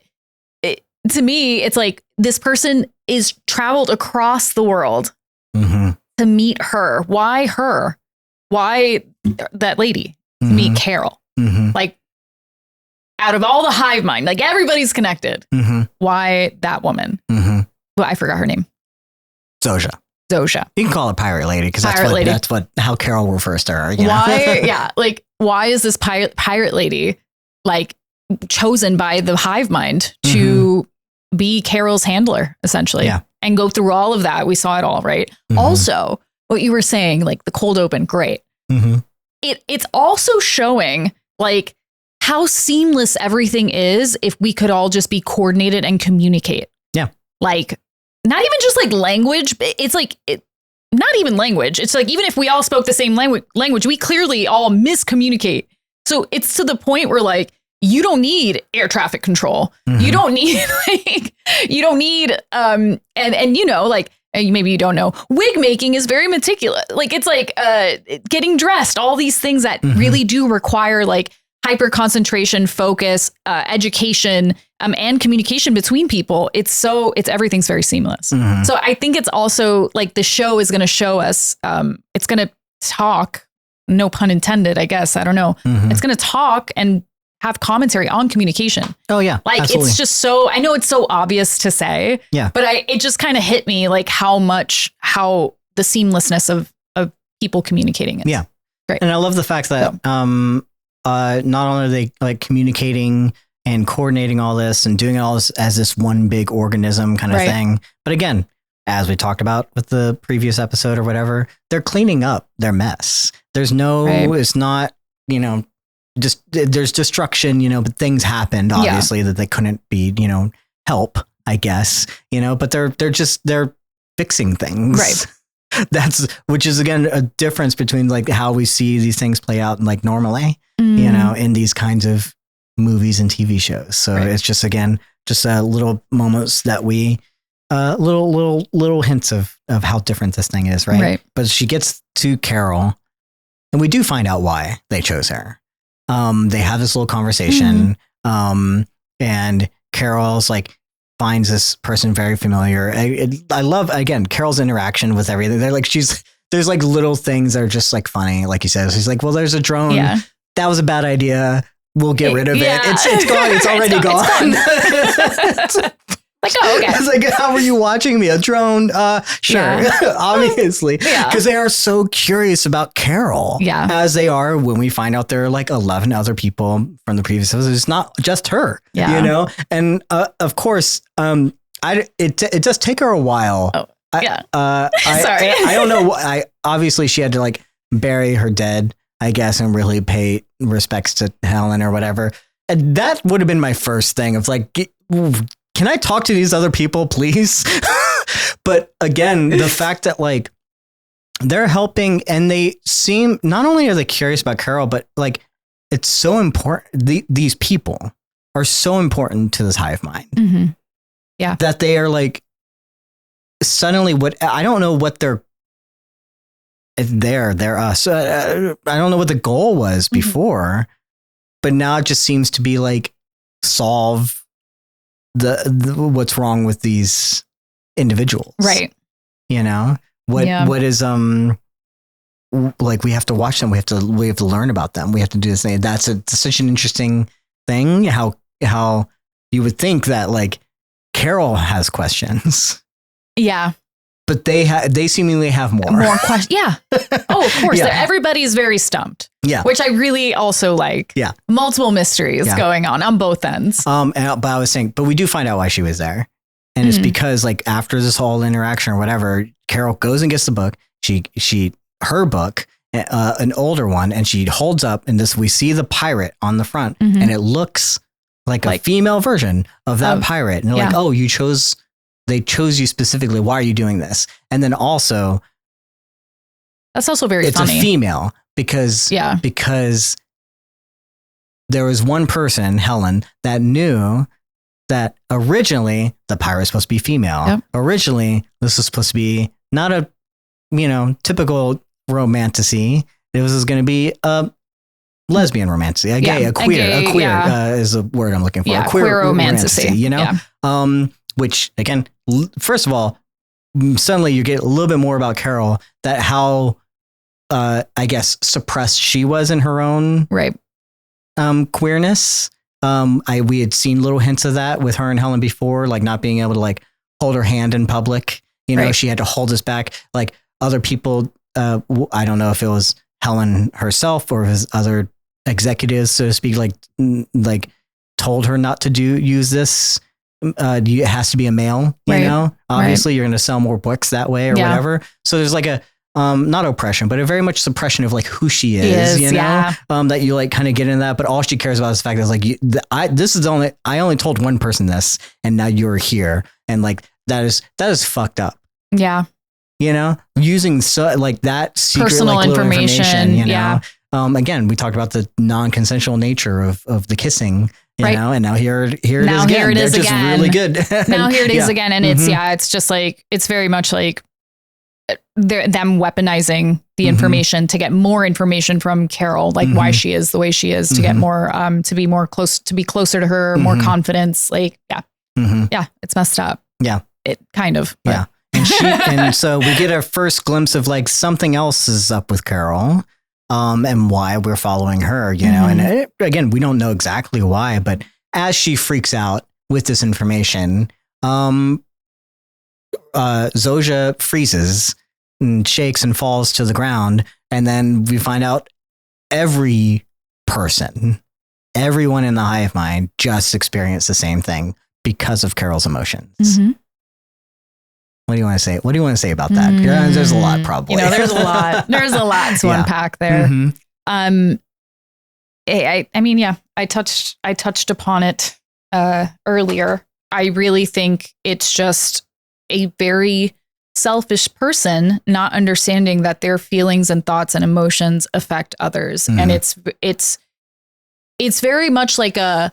Definitely did it with Helen Mm-hmm. And it's just very much like a golden rule thing, do unto others as you would like to be treated. And it is just a literal manifestation of that, and how your emotions or lack thereof, or exactly lack of emotion or complete outbursts of emotion can have like actual real world consequences. And this time it's like very direct, but like, it's just like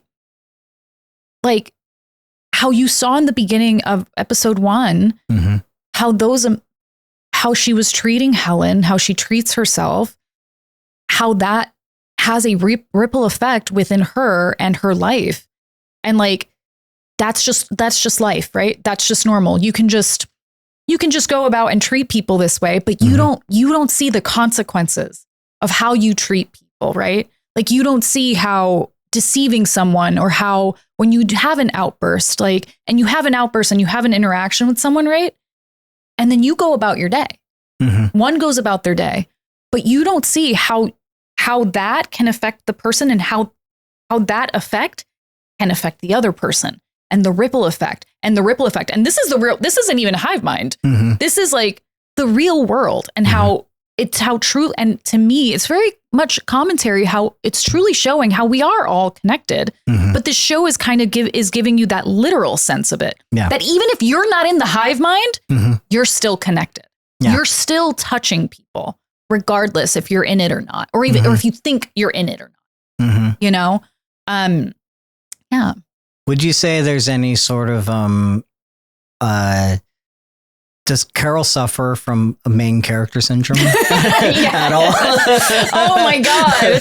A privileged white woman from the United States? No. Yeah. I mean, yeah, of course. It's very much like she's a writer. She makes it all about her, and she's a writer. And she's a writer, and again, we'll get more into that later on, because there's a very specific moment where I feel like this comes into play, right? But she's a writer, she's an author, and she does already seemingly doesn't understand how she affects other people in the same way that main characters do, right? And then also just makes it about herself. But it is about herself, because she's the odd one out here, right? Yeah, so she is the main character, and so of course she would suffer from main character syndrome. Yeah. So but not realizing or not accepting or whatever, she's the main character, but nobody else sees her that way. Yes, they see her as like. You don't, because I think it revolves around her. Yeah. I think very much so. Yeah. There's the hive mind revolves around now at this point, Carol. Yeah. But I don't know. Yeah.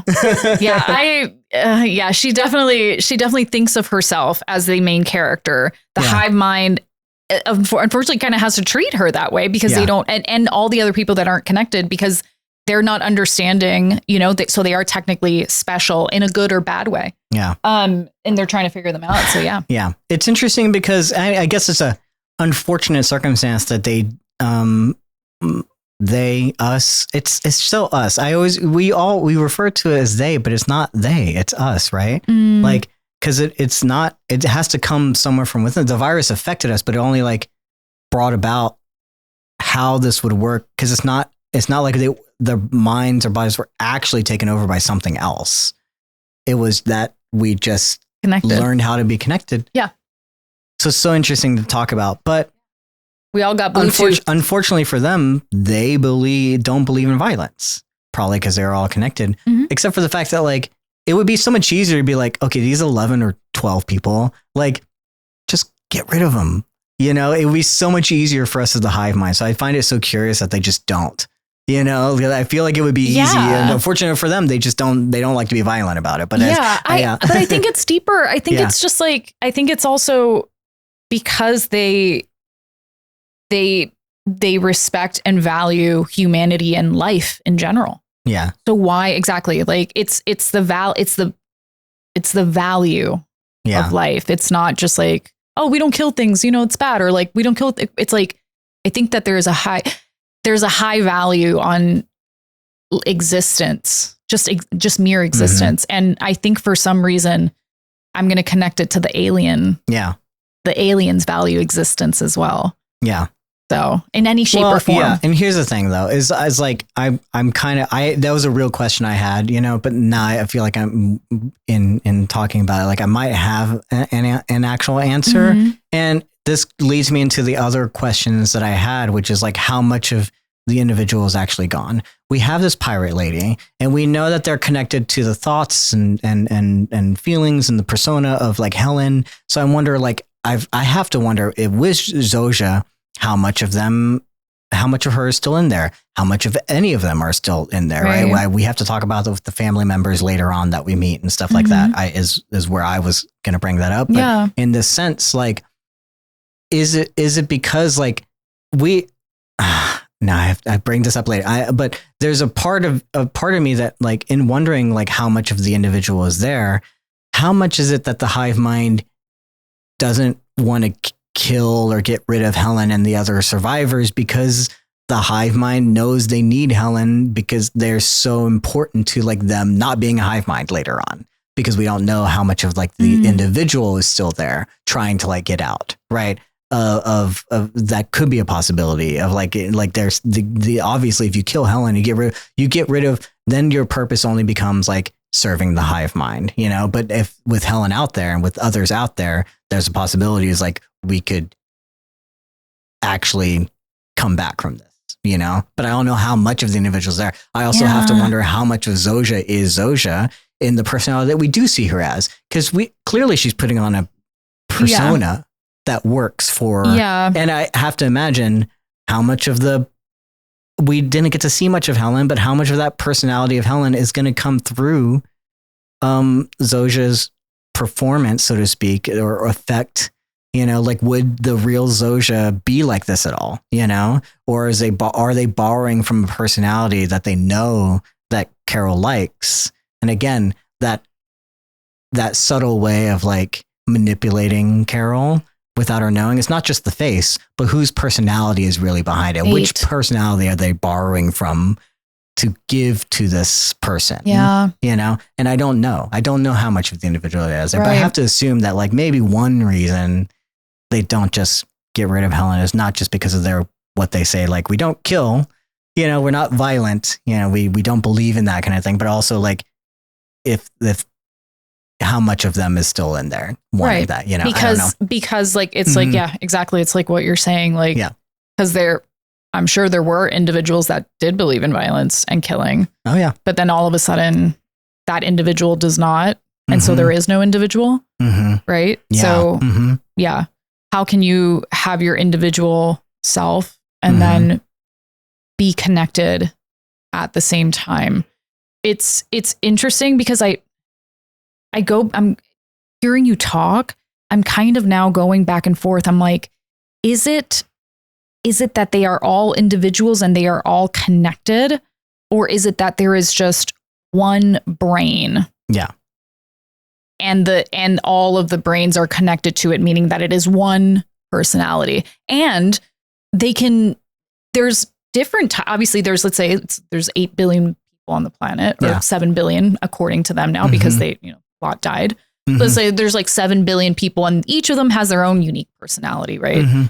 They can tap into those things, but it is one mind controlling everything. They can tap into those personalities. Yeah. And this is all good conversation into the survivors and their families, right? This is a good segue into talking about the families and the other survivors that we learn about, right? Because I find it very interesting. It's like, yes, we meet other survivors. They're all different, but they're all kind of going about their normal life. At least most of them, right? The survivors, very different from like the way Carol is going about this, and this is affecting her, right? And they were all affected the same way, but they are, there. And when they talk to the family members, I can never understand what they're saying, obviously, because I don't speak their languages. But it seems like when the husband talks to the wife, he's like, "Oh, like look, this is interesting." They're like, "Oh yeah, it's curious." They already know this, and the hive mind knows this information, but they're putting on this persona. They're putting on this. They're still playing the character of what these believe or what they knew, right? They're playing the child, the 9-year-old child, you know, even though he doesn't have to. So they're all. So it's very interesting. Yeah. Like, why do they? Yeah. So because each of those people have familial connections, and they're connected to their family, and so they have that support system. The people that aren't connected to the people that are connected, or excuse me, what do we call them? Don't know yet. The hive. Okay. By the way, the hive versus non-hive. We'll come up. Someone on the internet is going to come up with a good, and for sure, I'll break it to you when I figure it out. Mind you, it's giving Oceanic 6. Yes, it's from Lost, of course. It's giving like they survived, and then everybody. Come on, you got to give me that. You got to give me that one. Like it's the survivors or whatever, and then everybody else, right? Yeah. So in this context, though, that makes Carol Jack, where he's like, we have to go back. We have to go back. Carol is Jack. 100%. He's like, what are you? You guys are just living your life, but we have to go back. Carol is Jack 1000%. And I love Jack. Jack might be my favorite. Okay, anyway, back to the show. He's a good main character. If we're gonna talk about like iconic main characters in terms of like television. Yes. So yeah, for sure. No, but there's definitely, in terms of that, like Carol's giving Jack. Yeah. But so the difference, like there's like two main differences is that these people, the non-hive, they're still connected to their family. They have family. They have a support system. Yeah. Carol does not. Yeah. So, and absolutely. Yeah, exactly. And so that helps them cope with what's happening. And the hive mind, the ones that are connected to their family, like they're using their skills as well. They have everybody's, whatever. So, and they're tapping into their old individual personalities to help these people cope. Right. Part two is that the only non-hive person, or there's two non-hive people that don't have ties are Carol and the other guy, the French guy. Mr. God, Diabate? Diabate? Of course they pronounce it, and of course I don't remember the pronunciation. But Mr. Diabate. It's just, played by Samba Chute. Okay. Mr. Diabate. Mr. Diabate. Yeah.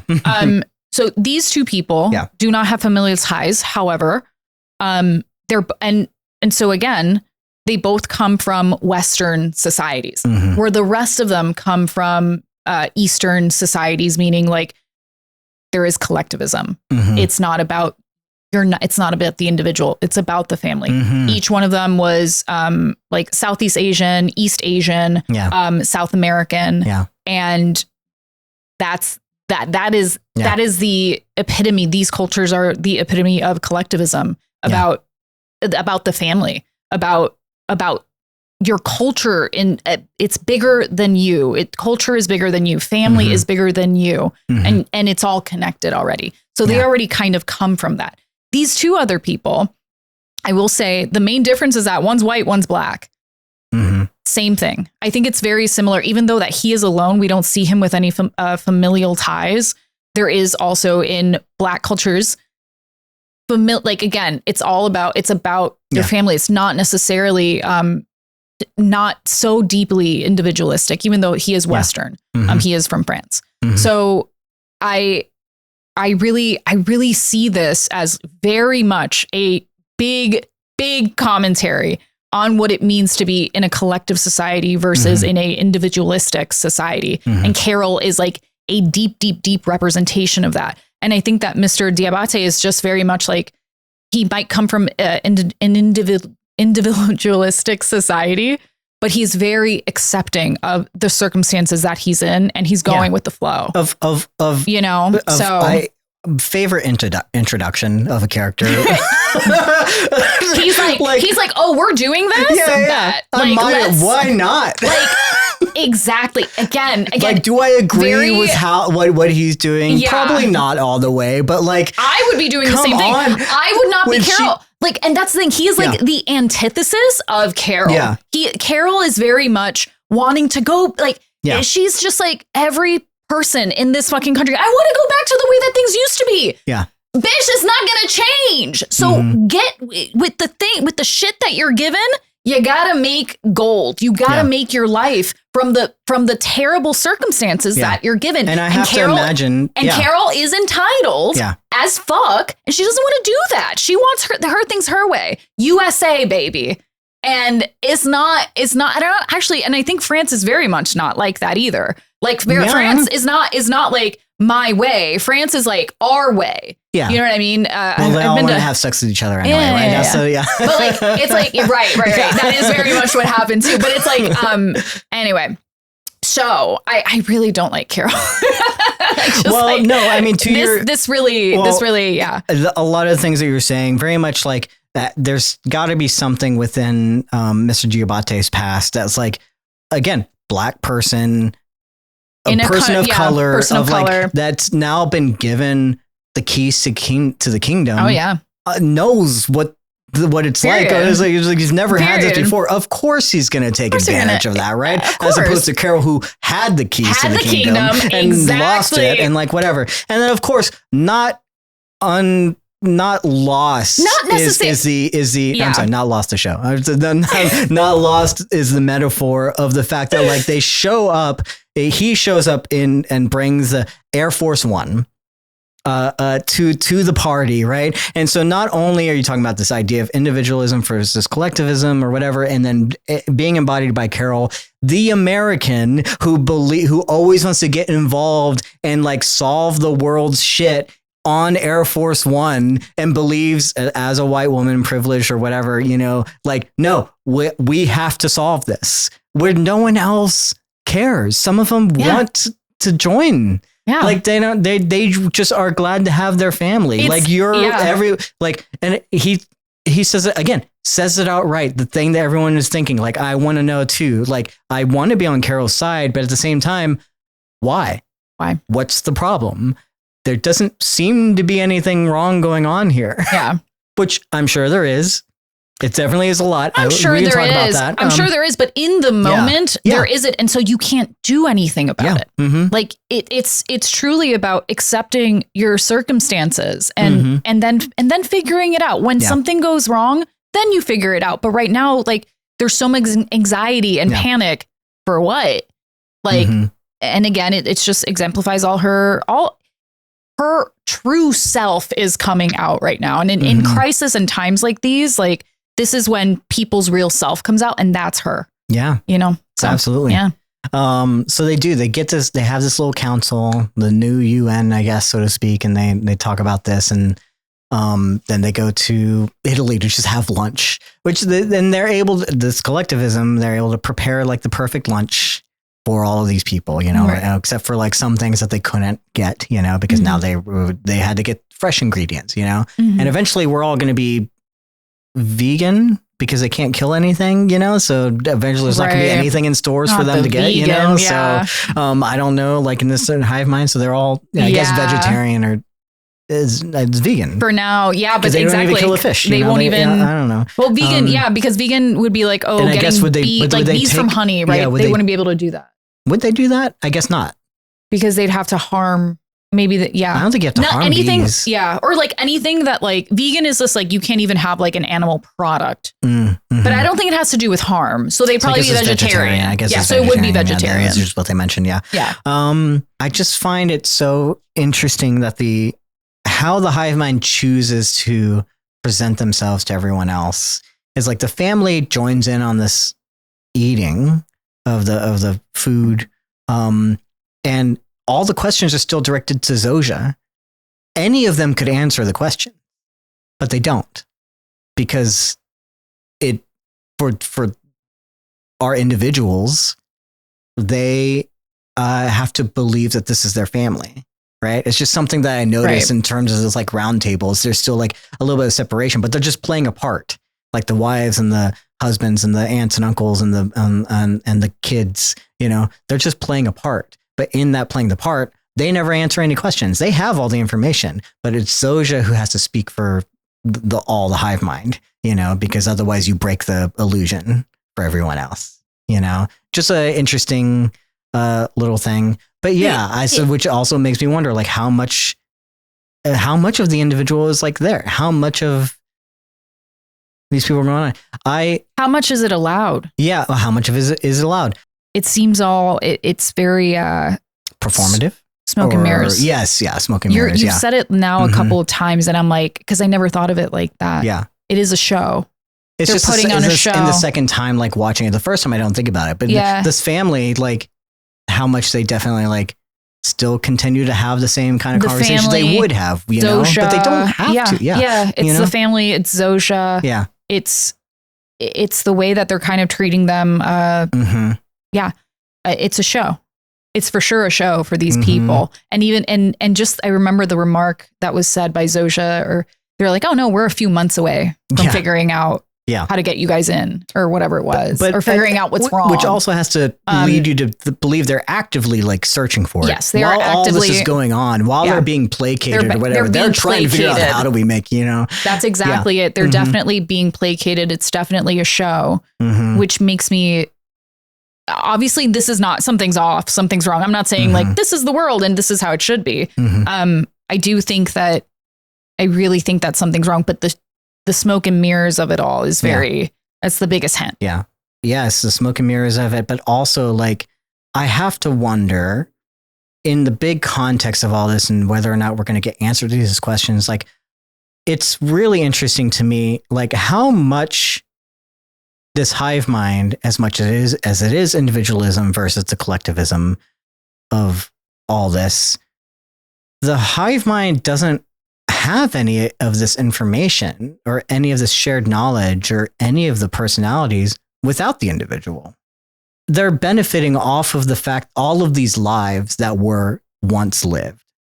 And all these things, like, I had a passion for film. And so now they can go to, like, my mind and, like, understand, like, everything I know about film. Is the pilots that they're going to is like, if that person wasn't an individual and didn't, like, grow up believing, like, oh, I'm going to be a pilot, then Zosha doesn't fly someday to the thing. So, like, how does, like, collectivism is great and all, but in some way I have to agree with, like, without the individual, how do we even have this? And how much more can you progress as a collective without the individual? Well, that's the thing. Yeah. That's why it's not it's we are one and all is one. I think it's more of a controlling mind that is controlling everything and not necessarily, like, I mean, they are all connected. It is a hive, but I think that there is a central power controlling everything and everyone. More like a computer brain kind of thing. Sure. Or God. Yeah. It's just like a hierarchy. It's like an expression of all of, like, essentially what I feel like is religion, like, where it's like you have God and then you have, like, literally everything else. You know, and everybody's connected to God, right? Yeah. Like, we are all expressions, like, we all have our souls, like, but it's like, it's all God. Yeah. But I think this is very much a bit more sinister than God, but it is a thing controlling everyone and connecting everyone, not for the greater good. Thing, maybe the virus itself, you know, or whatever. I lean more towards higher power. Sure. Spreading a virus. Yeah. But it is very interesting. I mean, this is one of the things where I guess when you start to break down the sci-fi concept or, like, really go into details, like, I guess it could break apart, but I have to imagine, like, Vince has, like, thought about these things, right? When they even talk about, like, we all accept pleasure, you know, we would love, we always, accept it, you know, there's no non-consent with them. Yeah. Kind of is, I guess, how it's presented, you know? Yeah. But, like, yeah, like, but then do all of them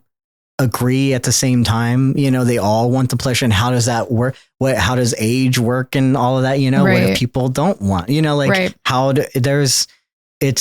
people had different beliefs and different things. And, like, how do the beliefs then become? Well, it works. Yeah. It works when there aren't 12 people. It works when there aren't 12 outliers, right? Yeah. Like, have you ever seen Battlestar Galactica? I love Battlestar. That's one of the best sci-fi things. Exactly. Let's get into Battlestar Galactica. Exactly. So it's kind of like the lady, like the end of line lady, where it's like her creating and controlling all of, like, the robots, essentially. Yeah. And they're all, like, and it's kind of like I think it's a philosophical theory. I forgot who came up with it, but it's like, we're all, like, brains in a vat, right? And Battlestar Galactica did that, but did it where it was, like, one person or one entity controlling all of the robots, all of the brains that were in a vat, right? And I just feel like that imagery is very, like, popping into my head when it comes to this show. Like, very much something controlling everything. And just like Battlestar, they were all connected. Yeah. Right. So, it's just that in Battlestar, they needed to physically create those bodies. And it wasn't a virus. And we know Battlestar very well, but I need to rewatch it. I've only seen it twice. I have only seen it twice. I have only seen it twice as well, but a rewatch was recent. A rewatch is needed. I think the fact is I watched Lost for the first time because Shannon loves Lost. And so then I had her watch Battlestar Galactica. There you go. So it was a trade-off. That's the treaty. That is the treaty trade-off. But yes,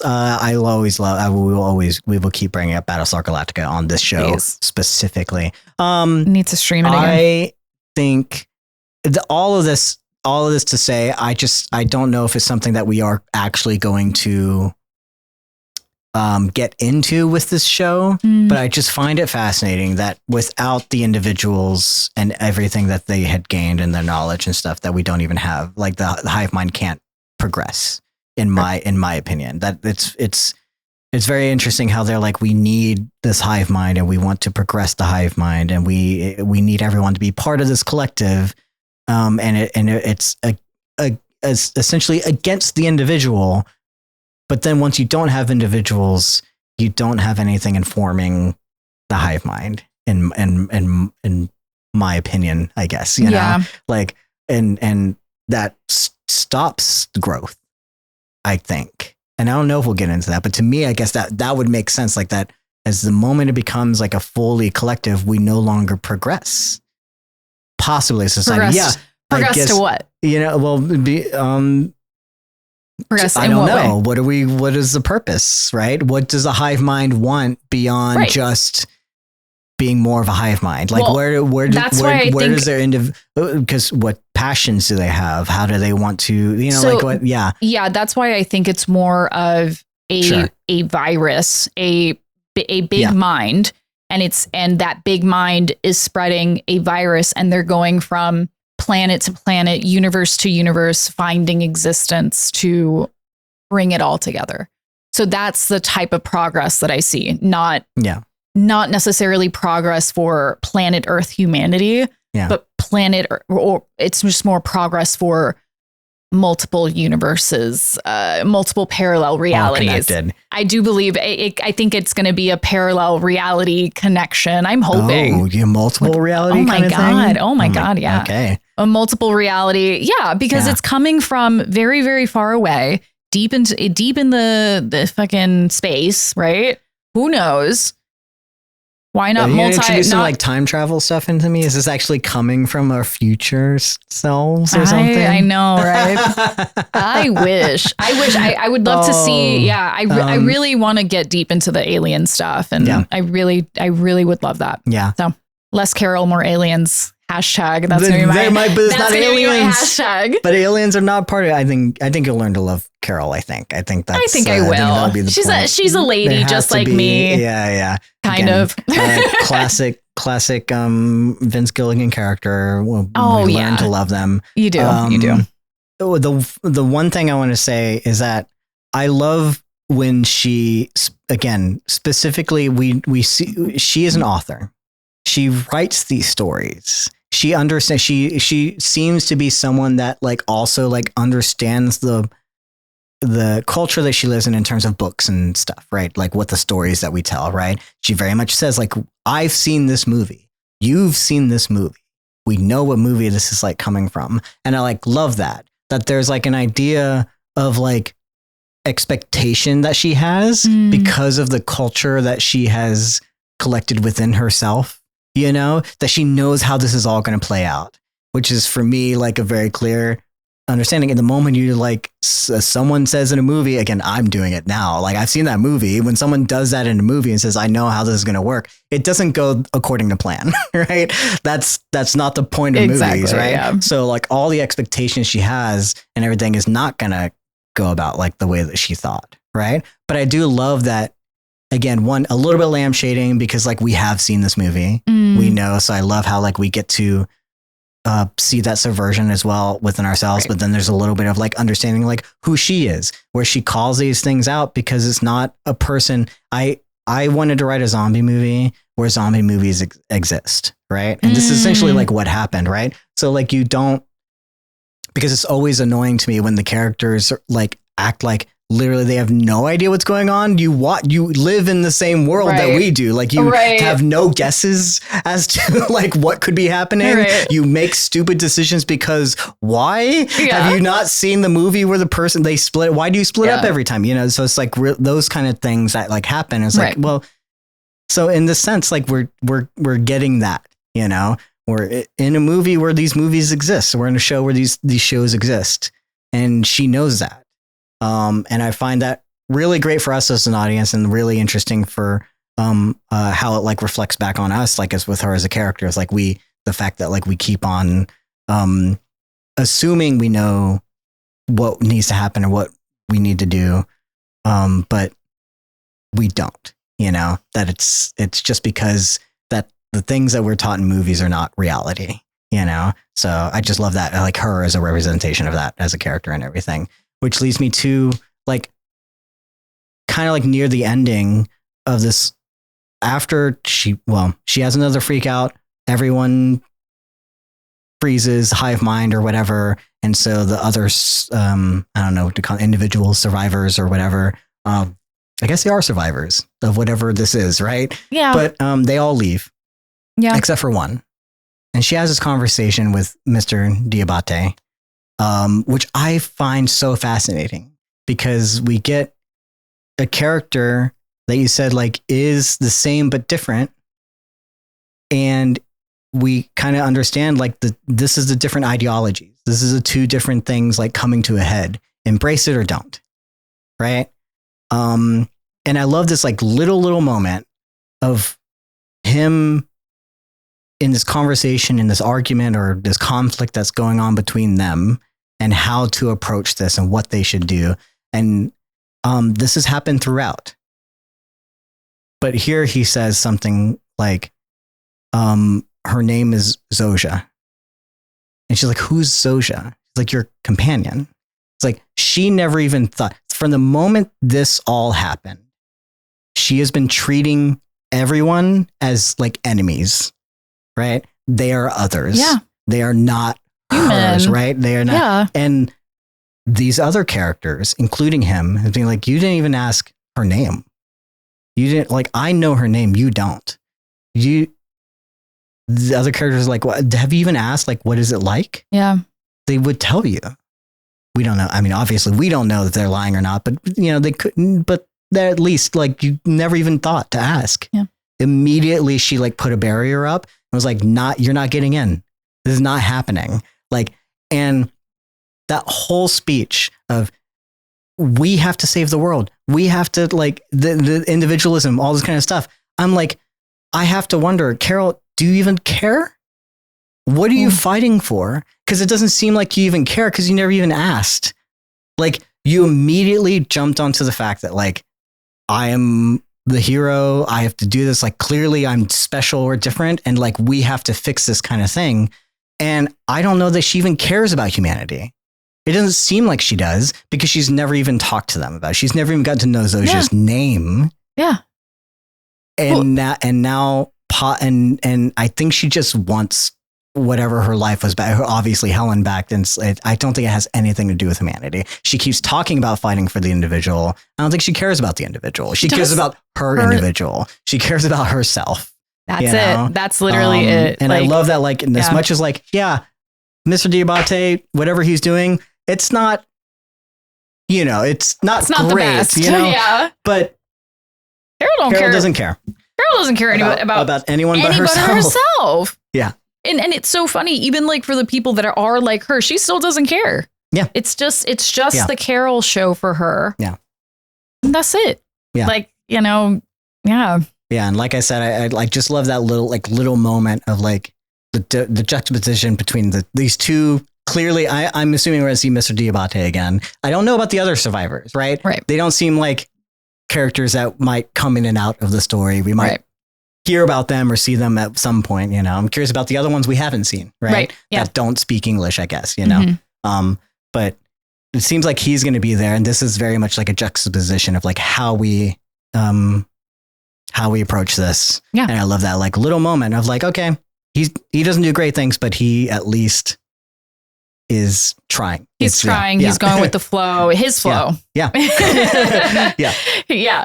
So, yeah. But yeah. And that essentially, I mean, of course, Carol does come around by the end of the episode. She's going to go back home and I guess just live her life because she doesn't know what else to do. And, but now the only connection I guess she had with Helen, and the one thing that she does have is this pirate lady, even though she doesn't like it, but she doesn't want, this is the person that they sent to her. And she's like, well, it is mine, right? I guess it is hers, so I guess I don't know how we feel about that, but but she does, like, no, you can't take that from me, Right. So she goes and she stops the plane, which is fun. A great shot. She gets to get in front of the plane, which is clearly like some CGI mechanic. You're not going to put a person in front of a plane, but like it's a great moment, to like a shot to end on. It is. It's very, I don't know if you know much about like romantic movies or romantic comedies. Yes. Yeah. That is very much a very romantic trope where like one of the love interest stops the plane or runs through an airport. Actually, like they'll just like, obviously not on the tarmac, but it is a very, in this world, but that is what you can do. Right. And obviously this person is on the cover of the romantic book that she wrote. And it's like to me, that's kind of like foreshadowing that there might be something there. There might be a romantic interest there, possibly. I think so. I think so. Right. So there has to be, because she has to learn to come to grips with her own queerness because it was being, again, I think suppressed before, but go on. But like, it's just, I think that really solidified it for me. The plane, the stopping the plane, or getting on. It's just very like, it's a grand gesture. It's a grand gesture. Yeah. It's a fun movie trope. Yes. And great of the romantic comedy. And I do love that. And I love how they give it its due, but then also you have to imagine you're doing too much, because at the end of the day, she could have just hive mind, like, hey, can you just tell them to stop the plane? She didn't need to do that, but she did. Did she run too? Right? She did ran. She ran. I was like, this is what is it? A Crazy Rich Asians did it. So like every big movie or big romantic comedy has done it. So yeah. So there's something to be said there, I guess, of like, again, in terms of in this show that is clearly also like commenting on culture and the movies that we watch and all these kind of things, to give you that grand moment that she would step out and do that thing of something that she would probably hate. That she would probably in her book, in her romantasy, is like, this is so cliche. So I hate this. Bad, like whatever. She would be like, why do the women that I write this for love this? But we do. We love it. But we love a grand gesture. But she does it. She does the grand gesture. I love, So maybe she's coming around to something. I don't know what it is. It's coming around to something. To feelings, to love, or something. The feeling I don't know. and consideration, and maybe she does save Earth. Who knows? Yeah. But great movie. Great show. Yeah. But I do think that brings us mostly to the end of our like deep dive of Pluribus. What are we talking about? I almost said The Last of Us. I don't know why. I almost said Battlestar. But one of the things we do on this show in terms of like wrapping up like the episode. Well, first of all, like, any thoughts on like where it's going to go? Any thoughts or theories that you can imagine from this? I don't know if I think I've mentioned most of possible theories, but I can't think of anything else that. I think I have two. I definitely, there's definitely going to be a lot of aliens. I think there's going to be more aliens than we think. I don't know that we're going to see a single alien, but don't hurt my feelings. I feel you, but I don't know that we are. Okay, my predictions. I think there's going to be a bit more aliens. I want there to be parallel universes. I think that we're doing predictions, right? Yeah, you can say predictions. Predictions? Yeah. Okay. And we don't know what's going to happen. This is not one of those things where like we've read the book. There's no book for this one thing. So obviously everyone out there, this is all fucking speculation. Yeah, right? Speculation. Yeah. I think that the hive mind, it is going to be, I mean, this one's very obvious. It is going to be bad. Mm-hmm. It's not going to be roses. It's going to reveal itself to be, I think, one mind, controlling things. I think that's all I got for now. Yeah. Yeah. I don't think I have anything extra. You know, they very much like just lay it out. This is what's happening, and we kind of talked about like our emotional things that are probably going to happen throughout this series and stuff. So I'm really interested to see where this goes. Yeah. The emotional arc is going to be great. Themes and stuff like that, For sure. But and now we end every episode with our crush of the episode. Oh, okay. Which I guess in this case would be 2 episodes. Ian, do you have a crush that fills that role? Like, what character or person do you think you're really crushing on? And again, this is our kind of like who won the episode, right? Not necessarily. Oh, okay. It's not necessarily. It doesn't have to be like I'm crushing on, you know, but like that's just a way to phrase it, right? You know, who's doing the most for you?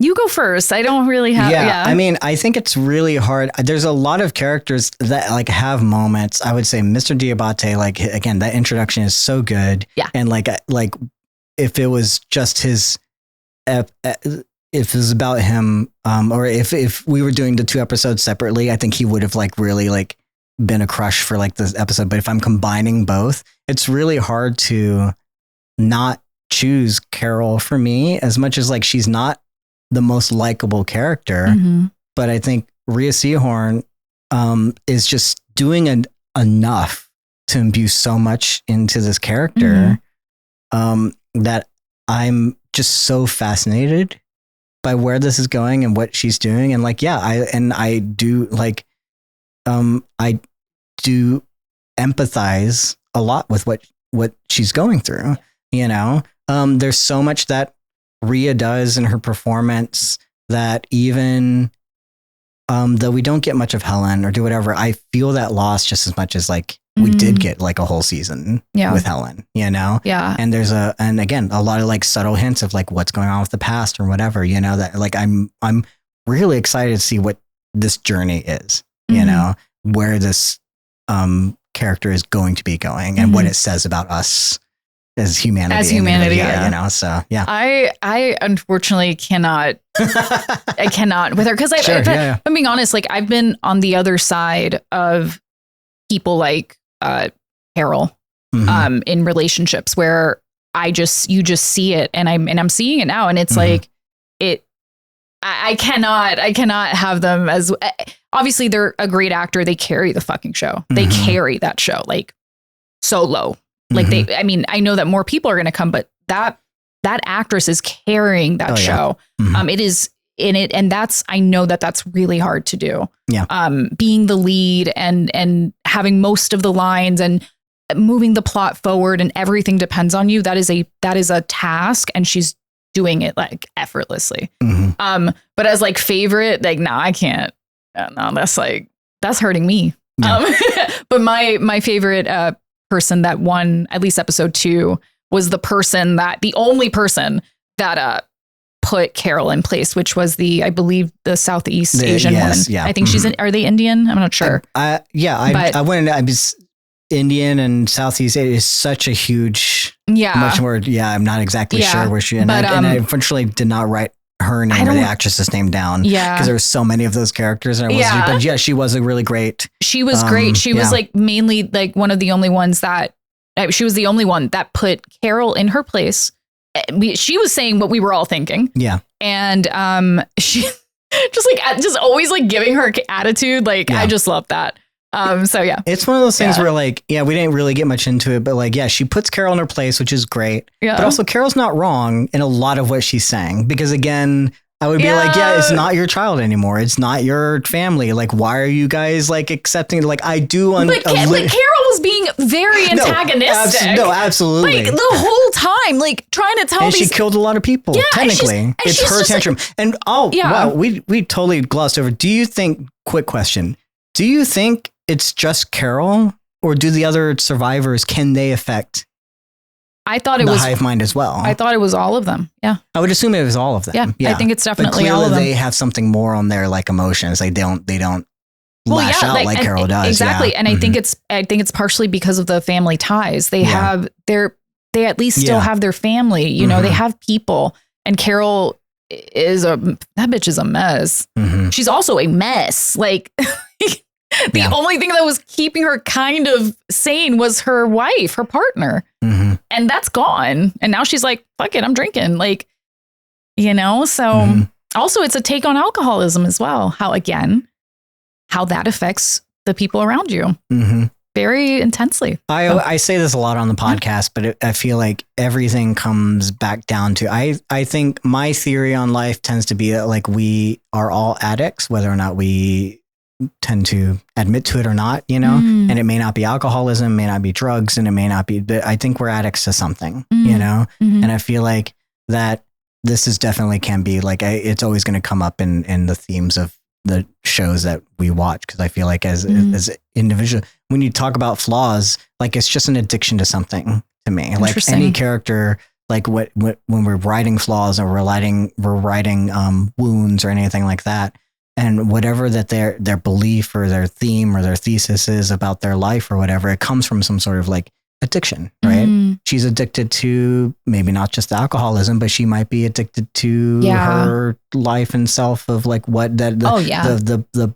getting the accolades of the books and she doesn't, you know, she acts like I don't care about it, but like she does want to know. She does, of course. So there's like a little bit of addiction in these kind of things as well, you know. So like an addiction, I think affects because I've seen and been through the 12 steps programs for things, and I see how these are the things that can like talk to your therapist about it. Like there's so many things that people could benefit from just like looking at the 12 steps. Oh yeah, for sure. Because again, you could be addicted to anything. Yeah. So I was saying earlier that our individual experience paints how we interpret the world. And you're talking about the 12-step program and how you think everybody has an addiction. And for me, you were saying that, and I'm like, I think that everybody has trauma. Because that's how, I also believe everyone has childhood trauma. Don't get me. So like, I think trauma can happen at obviously it can happen at any age. Yeah. But I think that every human being has some sort of trauma and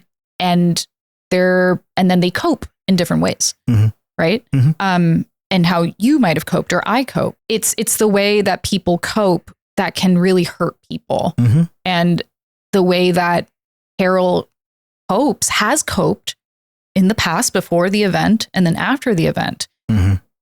She's continuously harming people, and she's still in that cycle.